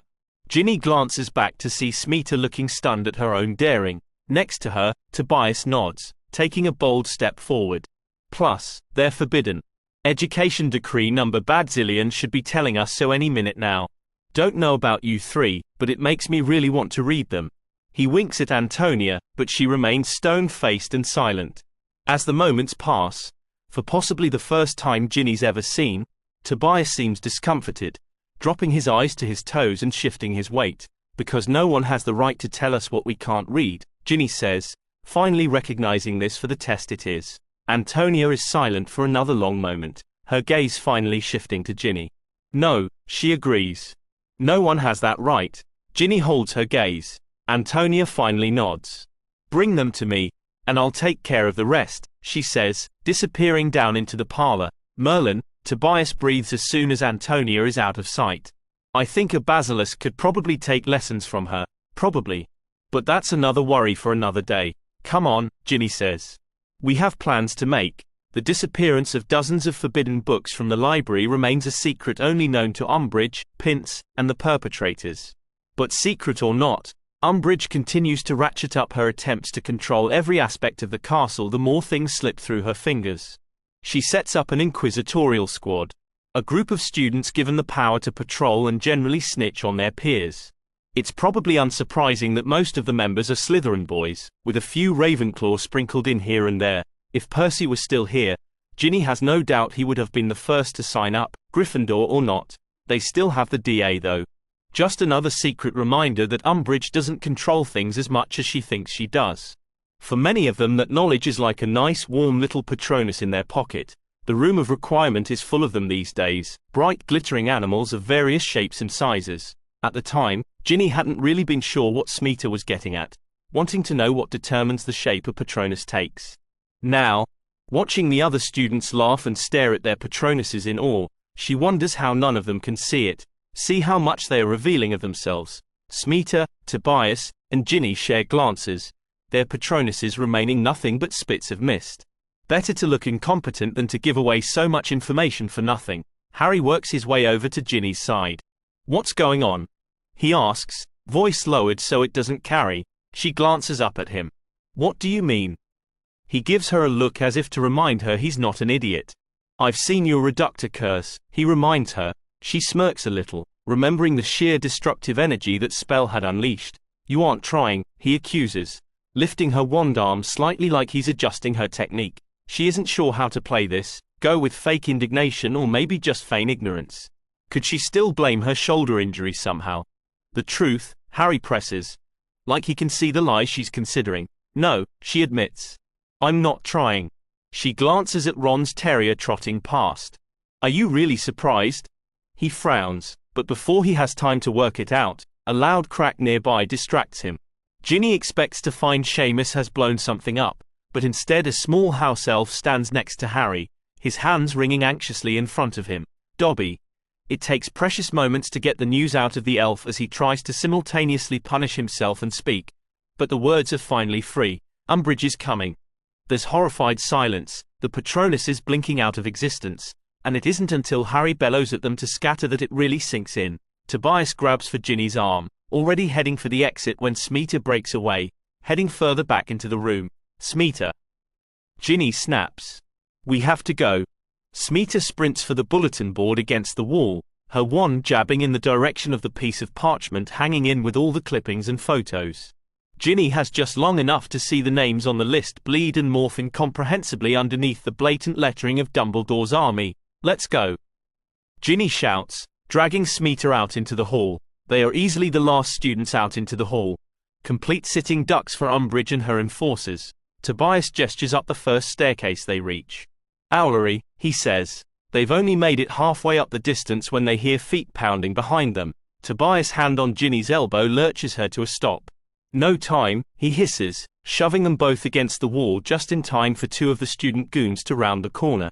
They're Slytherin, a year younger than themselves. Oi, the taller goon says. You lot seen any students running around out here? Tobias looks up as if bored. No, he says, his hand tightening on Ginny's waist. But I haven't exactly been paying attention either now, have I? The boys glance at Smeeta and Ginny, their hair still askew from their run, and guffaw loudly. Tobias smiles, slow and lecherous.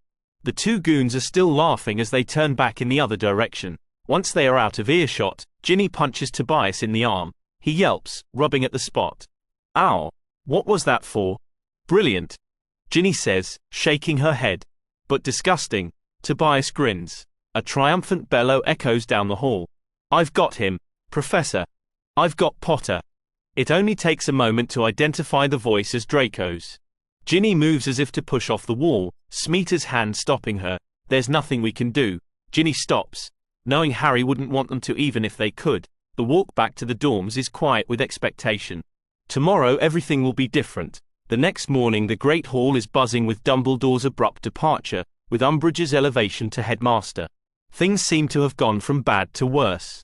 And all because of their little rebellion. All the DA members are eyeing each other, their suspicious regard lingering more on Tobias and Smeeta than anyone else. Someone must have betrayed them. Ginny waits for the stupid GITS to finally realize that there is only one DA member missing from the hall, and she's not a Slytherin. Cho looks slightly embarrassed by the obviously empty seat next to her, the one her friend and reluctant DA member Marietta normally would have occupied. It's not until the next day that she reappears with thick red bumps blazed across her face. Sneak. It's awful and perfect, and Ginny can't honestly say how she feels about it other than righteously absolved of everyone's biased suspicions about the Slytherin. Smeeta gazes as Marietta as she passes, a puzzle piece seemingly to finally fall into place. So that's the curse Hermione used. Impressive. Tobias snorts with derision, probably more pissed that he almost got caught than the fact that the DA was betrayed. Got what she deserved if you ask me. Ginny glances down the table, her eye caught by Millicent sitting on her own. Yeah, she agrees distractedly. Ginny meets Harry's grim stare across the hall. He eyes Smeeta and Tobias next to her and nods. She thinks this is all the acknowledgement she will probably ever get. It's enough. If Umbridge thought destroying the DA and Dumbledore in one swoop would solve anything, she didn't bank on two things: Fred and George Weasley. There is hardly any part of the castle that doesn't feel the effects of their reign of terror. It's blatant and over the top and stupidly brave, and Ginny knows her brothers are loving absolutely every moment of it. It's not long until Ginny's galleon heats up in her pocket again. Only this time not for a DA meeting, but rather for a coordinated prank. Fred, George, Ron, Harry, Neville, Luna, and a mulish-looking Hermione are all already gathered in the empty charms room when Ginny shows up, Tobias and Smeeta in tow. What's going on? Fred nods in welcome, face grave as it only is when serious mischief is afoot. We need to get Harry into Umbridge's office. They all glance at Harry, and Ginny notices for the first time that he looks a little grim. This is more than a lark. She can't help but think. Tobias looks surprised. Ballsy, he comments. Sounds like fun. Ginny smiles, glancing at Smeeta and getting a small nod. I guess we're in. Fred and George lay out the plan to turn an upper level into a swamp. By the time they are finished, Tobias is less enthused. What? Ron asks, voice tinged with animosity. Tobias ignores it. Seems a bit of a dodgy plan. Hermione perks up, nodding along as if finally glad to have someone agreeing with her. Better not to do it. Ron glares at her before turning his annoyance back to Tobias. What? Too scared to get caught? If he expected Tobias to take that as an insult, he clearly has no idea who he is talking to. Caution isn't stupid. Opening yourself up to pointless punishment is. Ron, don't be a prat, Ginny says. He's just saying that if we are going to do this, we should do it right. Smeeta nods. There's no need to rush ahead and get caught. Fred and George look like they're speaking a different language. The swamp is a good start, Ginny says, walking around the table. We just need a few other obstacles to make sure no one walks in on Harry in her office, or the twins laying their trap. She taps the map in a few key spots. Keep Peeves distracted, professors out of the corridors, that sort of thing. The Gryffindor have gone silent. Luna's soft humming the only other sound in the room. What you really need is someone with a bit more cunning, Tobias points out, and subtlety, Smeeta adds, glancing at the bright jumpers worn by her brothers. Ginny bites back a smile. Ron is still staring at them with his mouth hanging open, but Fred is looking at them with narrow, assessing eyes. You volunteering? Tobias drops a courtly bow. Why don't you just let us do what we do best? George peers at him. Be a sneaky git. Ginny crosses her arms over her chest. Exactly. They all know the only reason they didn't all end up in detention after the DA was busted was because Smeeta kept her head. The plan comes together easily enough after that, though she can tell it's not quite as by the seat of their pants as the Gryffindors might have preferred. But why get caught or be punished if you don't have to? They have all agreed on the timing and are splitting off their separate ways when Fred drops an arm over Ginny's shoulders, holding her back. You always were the sneakiest of us all, weren't you? He says in her ear, finally catching on. Are you? She asks like her heart isn't pounding away in her chest.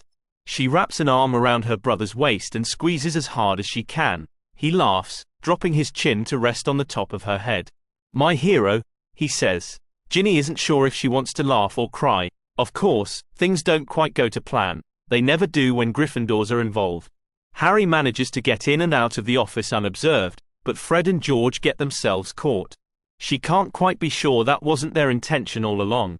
Bloody brave fools. Either way, she isn't sure she's ever been more proud to be a Weasley than the day she watches her brothers streak out of Hogwarts on their brooms, the crackle of fireworks exploding in their wake. Tobias bumps her arm, all on his face. Now that is an exit. Ginny smiles. One would think that with the departure of Fred and George, troublemakers extraordinaire, things might quiet down in the castle. But Peeves and the remaining members of the DA instead seem to be working very hard to fill the gap left behind. Helped a great deal by the fact that the professors are doing their best to constantly look the other way.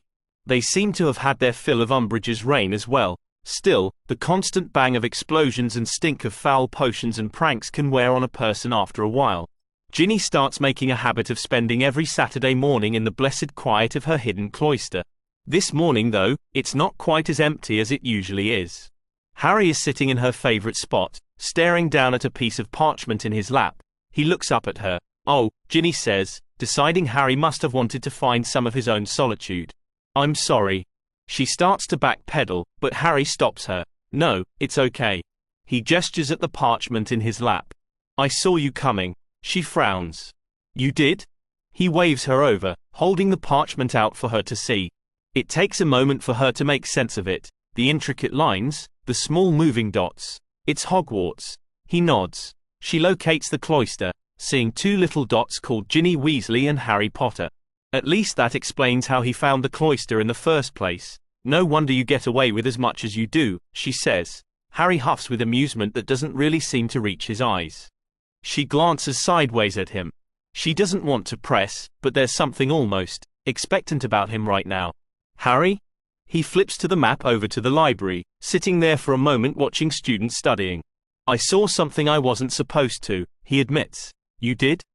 Ginny asks, pulling her eyes away from the Patil twins' dots hovering in a strange part of the library stacks. He nods. It's why I wanted to get into Umbridge's office. To talk to Sirius. Clearly talking to Sirius didn't fix anything though, to judge from how miserable he looks. It reminds her a bit of the last time they talked alone, that dark morning in Grimmauld Place. Harry rubs at the back of his neck. I saw one of Snape's memories from school. Back when Sirius and my parents were here. She doesn't ask him how he accidentally saw something like that. He looks sheepish enough for her to suspect curiosity played a large part in it. My father bullied him, he says in a rush, like the words are painful to get out. They all did. For a lark, Snape? Ginny asks, feeling something tight building in her stomach. Harry nods. She thinks of Snape and Sirius sniping at each other in the hallway at Grimmauld Place. Antonia's voice in her ear. Things aren't always what they seem. I know what you're going to say, Harry says, voice bitter. That they were just kids. Ginny frowns. So are we. He's clearly surprised by her response, turning to look at her straight on, eyebrows lifting. Exactly. If he knew what that was like, did he? People have always talked about James Potter like a golden boy, and she doesn't know if that is all respect for the dead or something grounded in history. Harry considers that, his lower lip caught between his teeth. No, I don't think he did. Harry doesn't talk much about how he grew up, certainly not to her. She just knows bits and pieces from Ron and Hermione, things her parents have said about the Dursleys in passing. James Potter never could have comprehended that. There was a time Ginny wouldn't have been able to either, and maybe that, more than anything, was Antonia's point. I just never thought I'd feel sorry for Snape.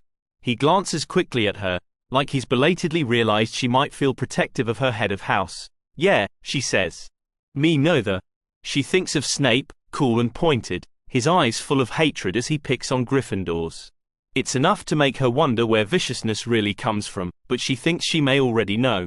Everything always looks different from the other side. Yeah, Harry says. I guess it does. He's still staring at her with something like reluctant regard, and it isn't embarrassing as much as feeling that she doesn't deserve it. Reciprocity. Ginny glances away, her eye caught by the parchment still open on Harry's lap. So this map, she says, thinking fast. Yeah. It could probably confirm something for me that I've been wondering about for a while. Harry's brow furrows at the change in topic. Possibly. She flips the folds of the map until she can see the grounds, her finger tapping on a row of buildings.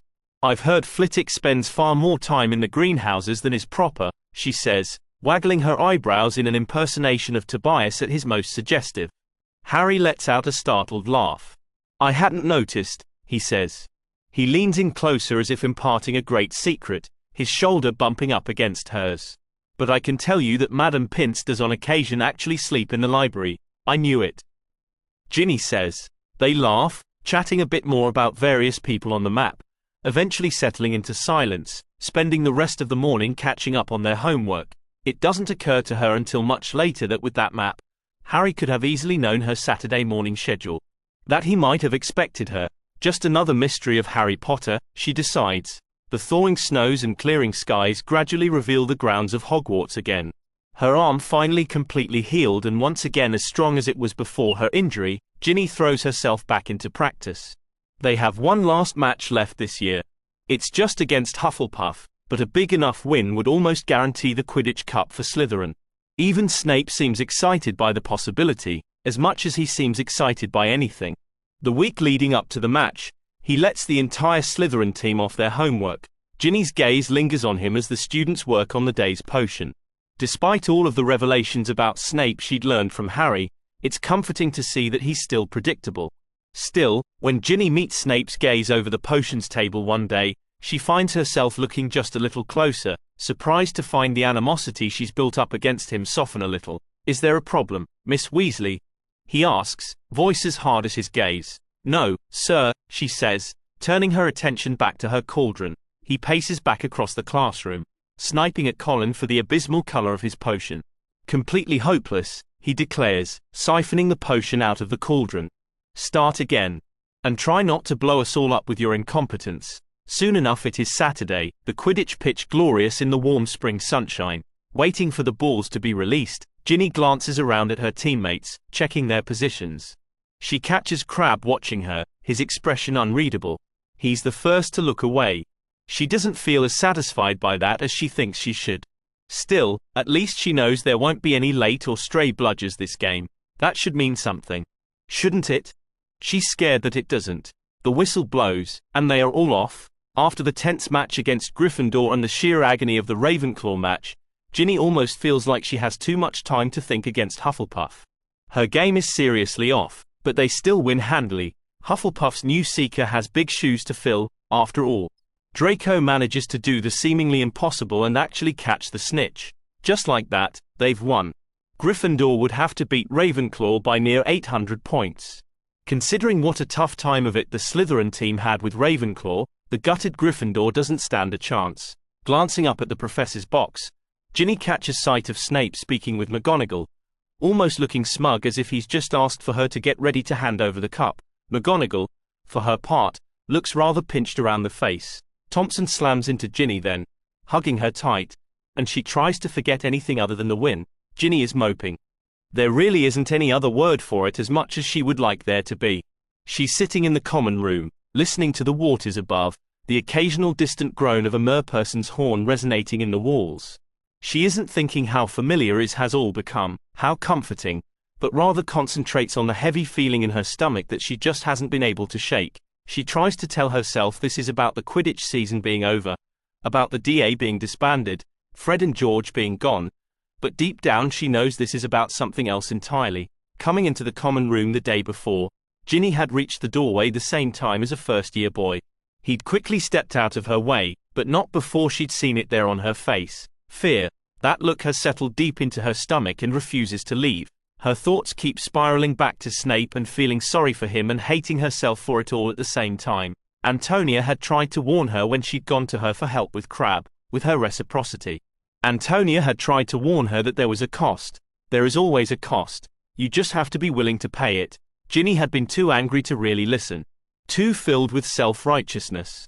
But here she sits, paying the price all the same. I'm going to do a reading, Antonia says, her voice almost gentle as she appears over her shoulder. Want to come? Ginny looks up at her and remembers the way she completely blew her first chance in the parlor, and has to acknowledge how much that actually bothers her. Down in that mysterious room is a collection of girls not willing to be dictated to be told what they are capable of.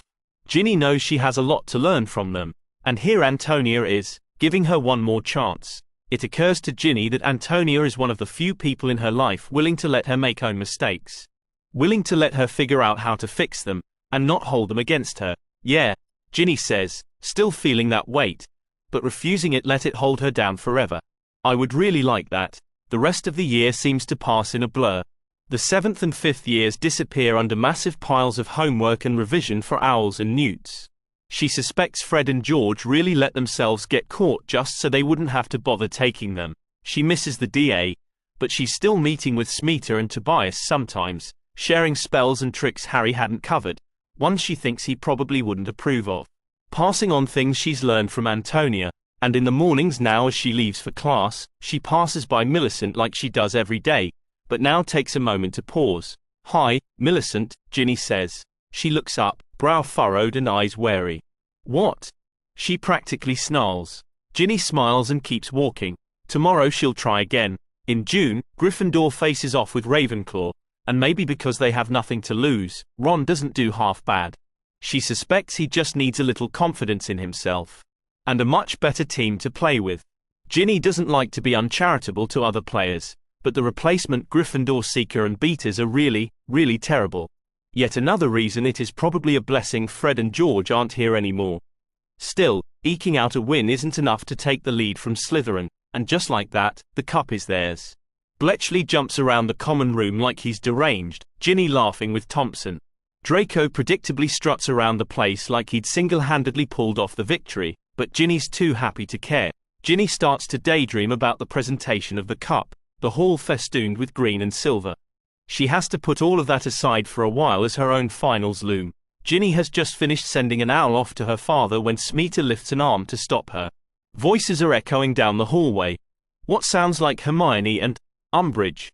They quickly step back into an alcove just in time to see Umbridge holding Harry and Hermione at one point, marching them towards the grounds. What the hell is going on? Ginny mutters to Smeeta. Neither of them is foolish enough to try to take on Umbridge, but Ginny is already spooling out the implications. We need to tell someone, Smeeta points out. She's read the Quibbler. She understands the kinds of things that are happening around Harry. Ginny automatically thinks of the Order of Grimmauld Place. For all she knows, that's where Dumbledore is living. Umbridge's office. Smeeta looks up at her, quickly doing the maths. You know who to contact? Yes. Let's go. They walk down the corridor as casually as possible, hoping not to run into any inquisitorial squads. They usually get a free pass as Slytherin, but there is no reason to push it with so much clearly going on right now. Ginny slips an extendable ear under the door. From the sound of it, Draco, Crabbe, Goyle, Montague, and Pansy. with Ron, Luna, and Neville. Bad odds, Smeeta says.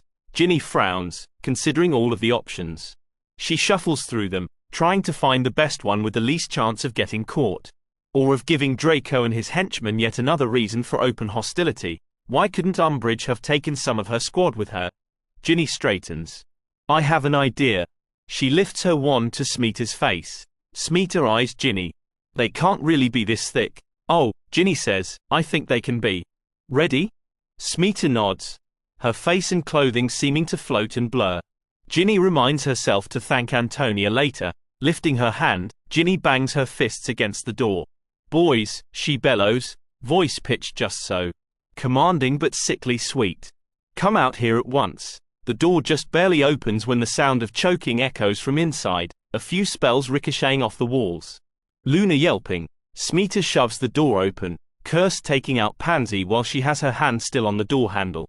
Ginny takes in the scene before her, but has little to do other than stun the moaning and writhing Goyle on the floor. Ron, Neville, and Luna lift their wands, pointing them at Ginny and Smeeta. Whoa, Ginny says.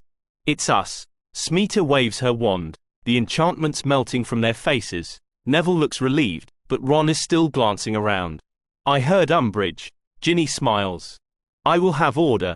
She snaps, in a pretty great impersonation if she says so herself. Merlin, Gin, Ron says, looking freaked out and impressed. Shall we go after Harry and Hermione?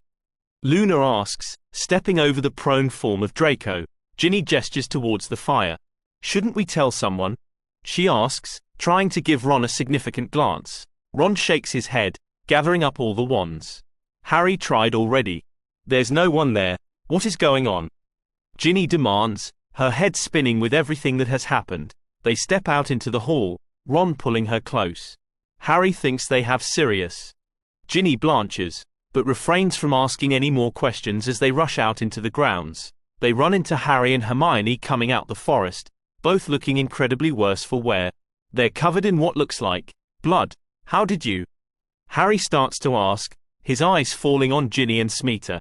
Ginny and Smeeta broke us out, Neville says. Ron nearly had it done on his own, Ginny says, giving her brother a grin. Ron shrugs. Tung-tung toffees. Never take candy from strangers, Smeeta says with a solemn nod. Ron startles them all with a loud laugh. Sorry, he says, looking sheepish. Smeeta suppresses a smile. So where to now? Harry blusters and very nearly insults them all, but in the end has to capitulate. They are going to the Department of Mysteries. Together, thinking back on what happened in the Department of Mysteries, it's mostly a giant horrifying haze.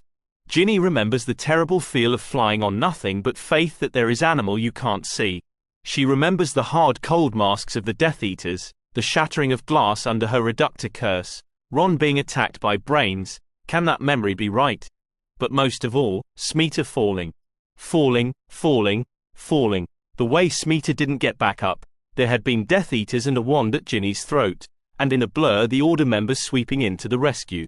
Ginny getting thrown back by a curse, slamming into the benches. Sirius falling oh so quietly. Barely a whisper and then gone. Harry bellowing and running and everything sliding black. Then she's waking in the infirmary, safe and sound and tucked back in at Hogwarts as if the night had never happened, if not for the screaming pain in her side and the smell of potions and astringents in her nose. Smeeta. Ginny sits up with her heart in her throat, her eyes scanning the infirmary. She sees a shock of red hair that can only be her brother, and next to him, the bushy brown of Hermione. Down at the far end she finally locates Smeeta. Her eyes are open, her lips moving even if Ginny can't hear the words. She's sinking back into her own bed with relief when she realizes someone is sitting in a chair next to Smeeta's bed. Tobias. He has his head low over her hand clenched tightly in his. Pale and drawn as if he'd been part of the fight even when Ginny knows he wasn't. What is he doing? Ginny gets her answers as he presses his lips to Smeeta's forehead, Smeeta leaning into the touch. Madame Pomfrey draws the curtain, blocking them from view. Ginny barely thinks anything more than here we go before sinking back into oblivion and away from the pain. Ginny hears a slight shift of air, like leaves rustling, and looks up to find Harry pulling off a cloak, that worn piece of parchment once again in his fingers.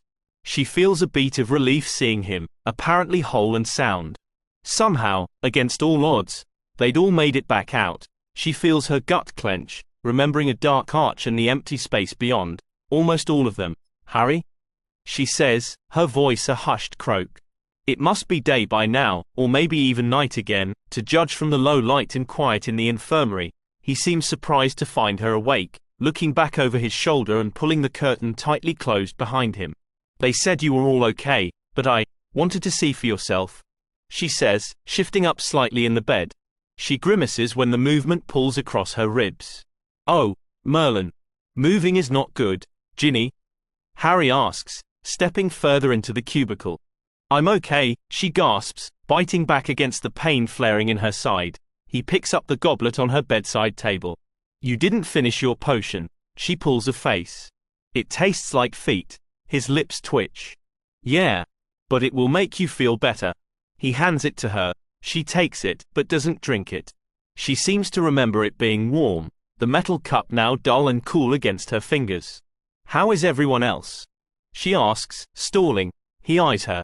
Sleeping. As she should be, is the unspoken part. Mum would be proud. Okay. You win, she says, pinching her nose and downing the tepid, slimy potion in one go. Harry trades her the empty goblet for a glass of water. She chugs the whole glassful, but it still doesn't completely wash away the disgusting taste in her mouth. She shudders with distaste, handing the glass back to Harry. She expects him to leave as soon as she drinks it, but he lingers, looking awkward and uncertain in the enclosed space. Maybe exhaustion has finally taken hold.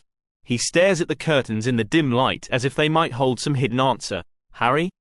She asks, already feeling warmth spreading across her ribs. He blinks, refocusing on her. Can I ask? Do you think? He trails off. Do I think?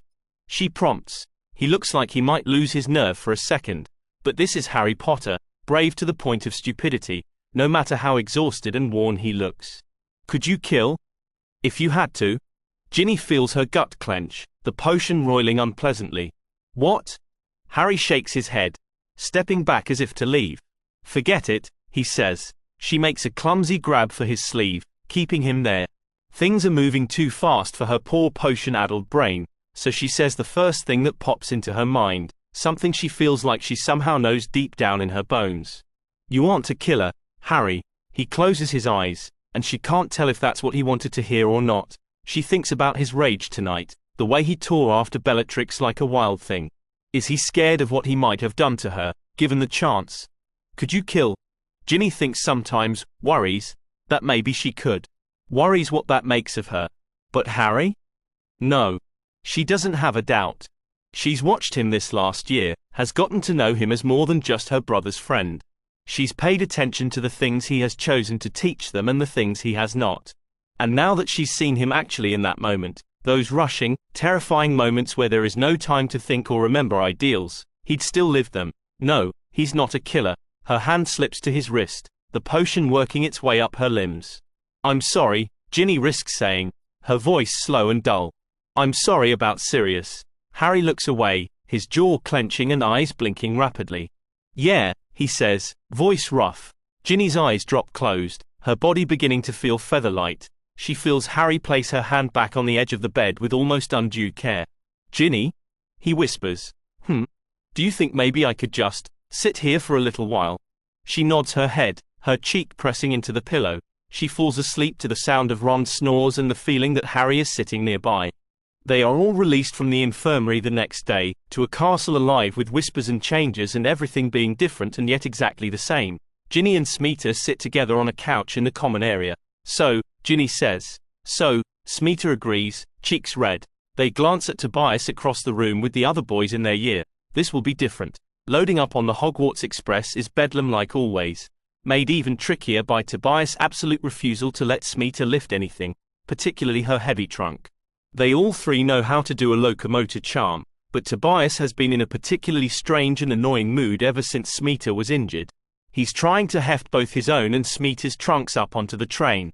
Ginny tries to intervene, but it's Neville who appears from nowhere to lift the other ends of the trunks. Tobias scowls something fierce, but doesn't complain. Somehow in Tobias' twisty mind, he has decided that the DA is responsible for what happened to Smeeta, for the danger she'd thoughtlessly put herself in. Ginny wonders how much of that is anger that he hadn't been there himself. She smiles at Neville in thanks when Tobias doesn't bother to. Walking down the train together, they pass by a compartment full of DA members. Neville pulls open the compartment door, giving the three of them an awkward wave. "See you, Ginny."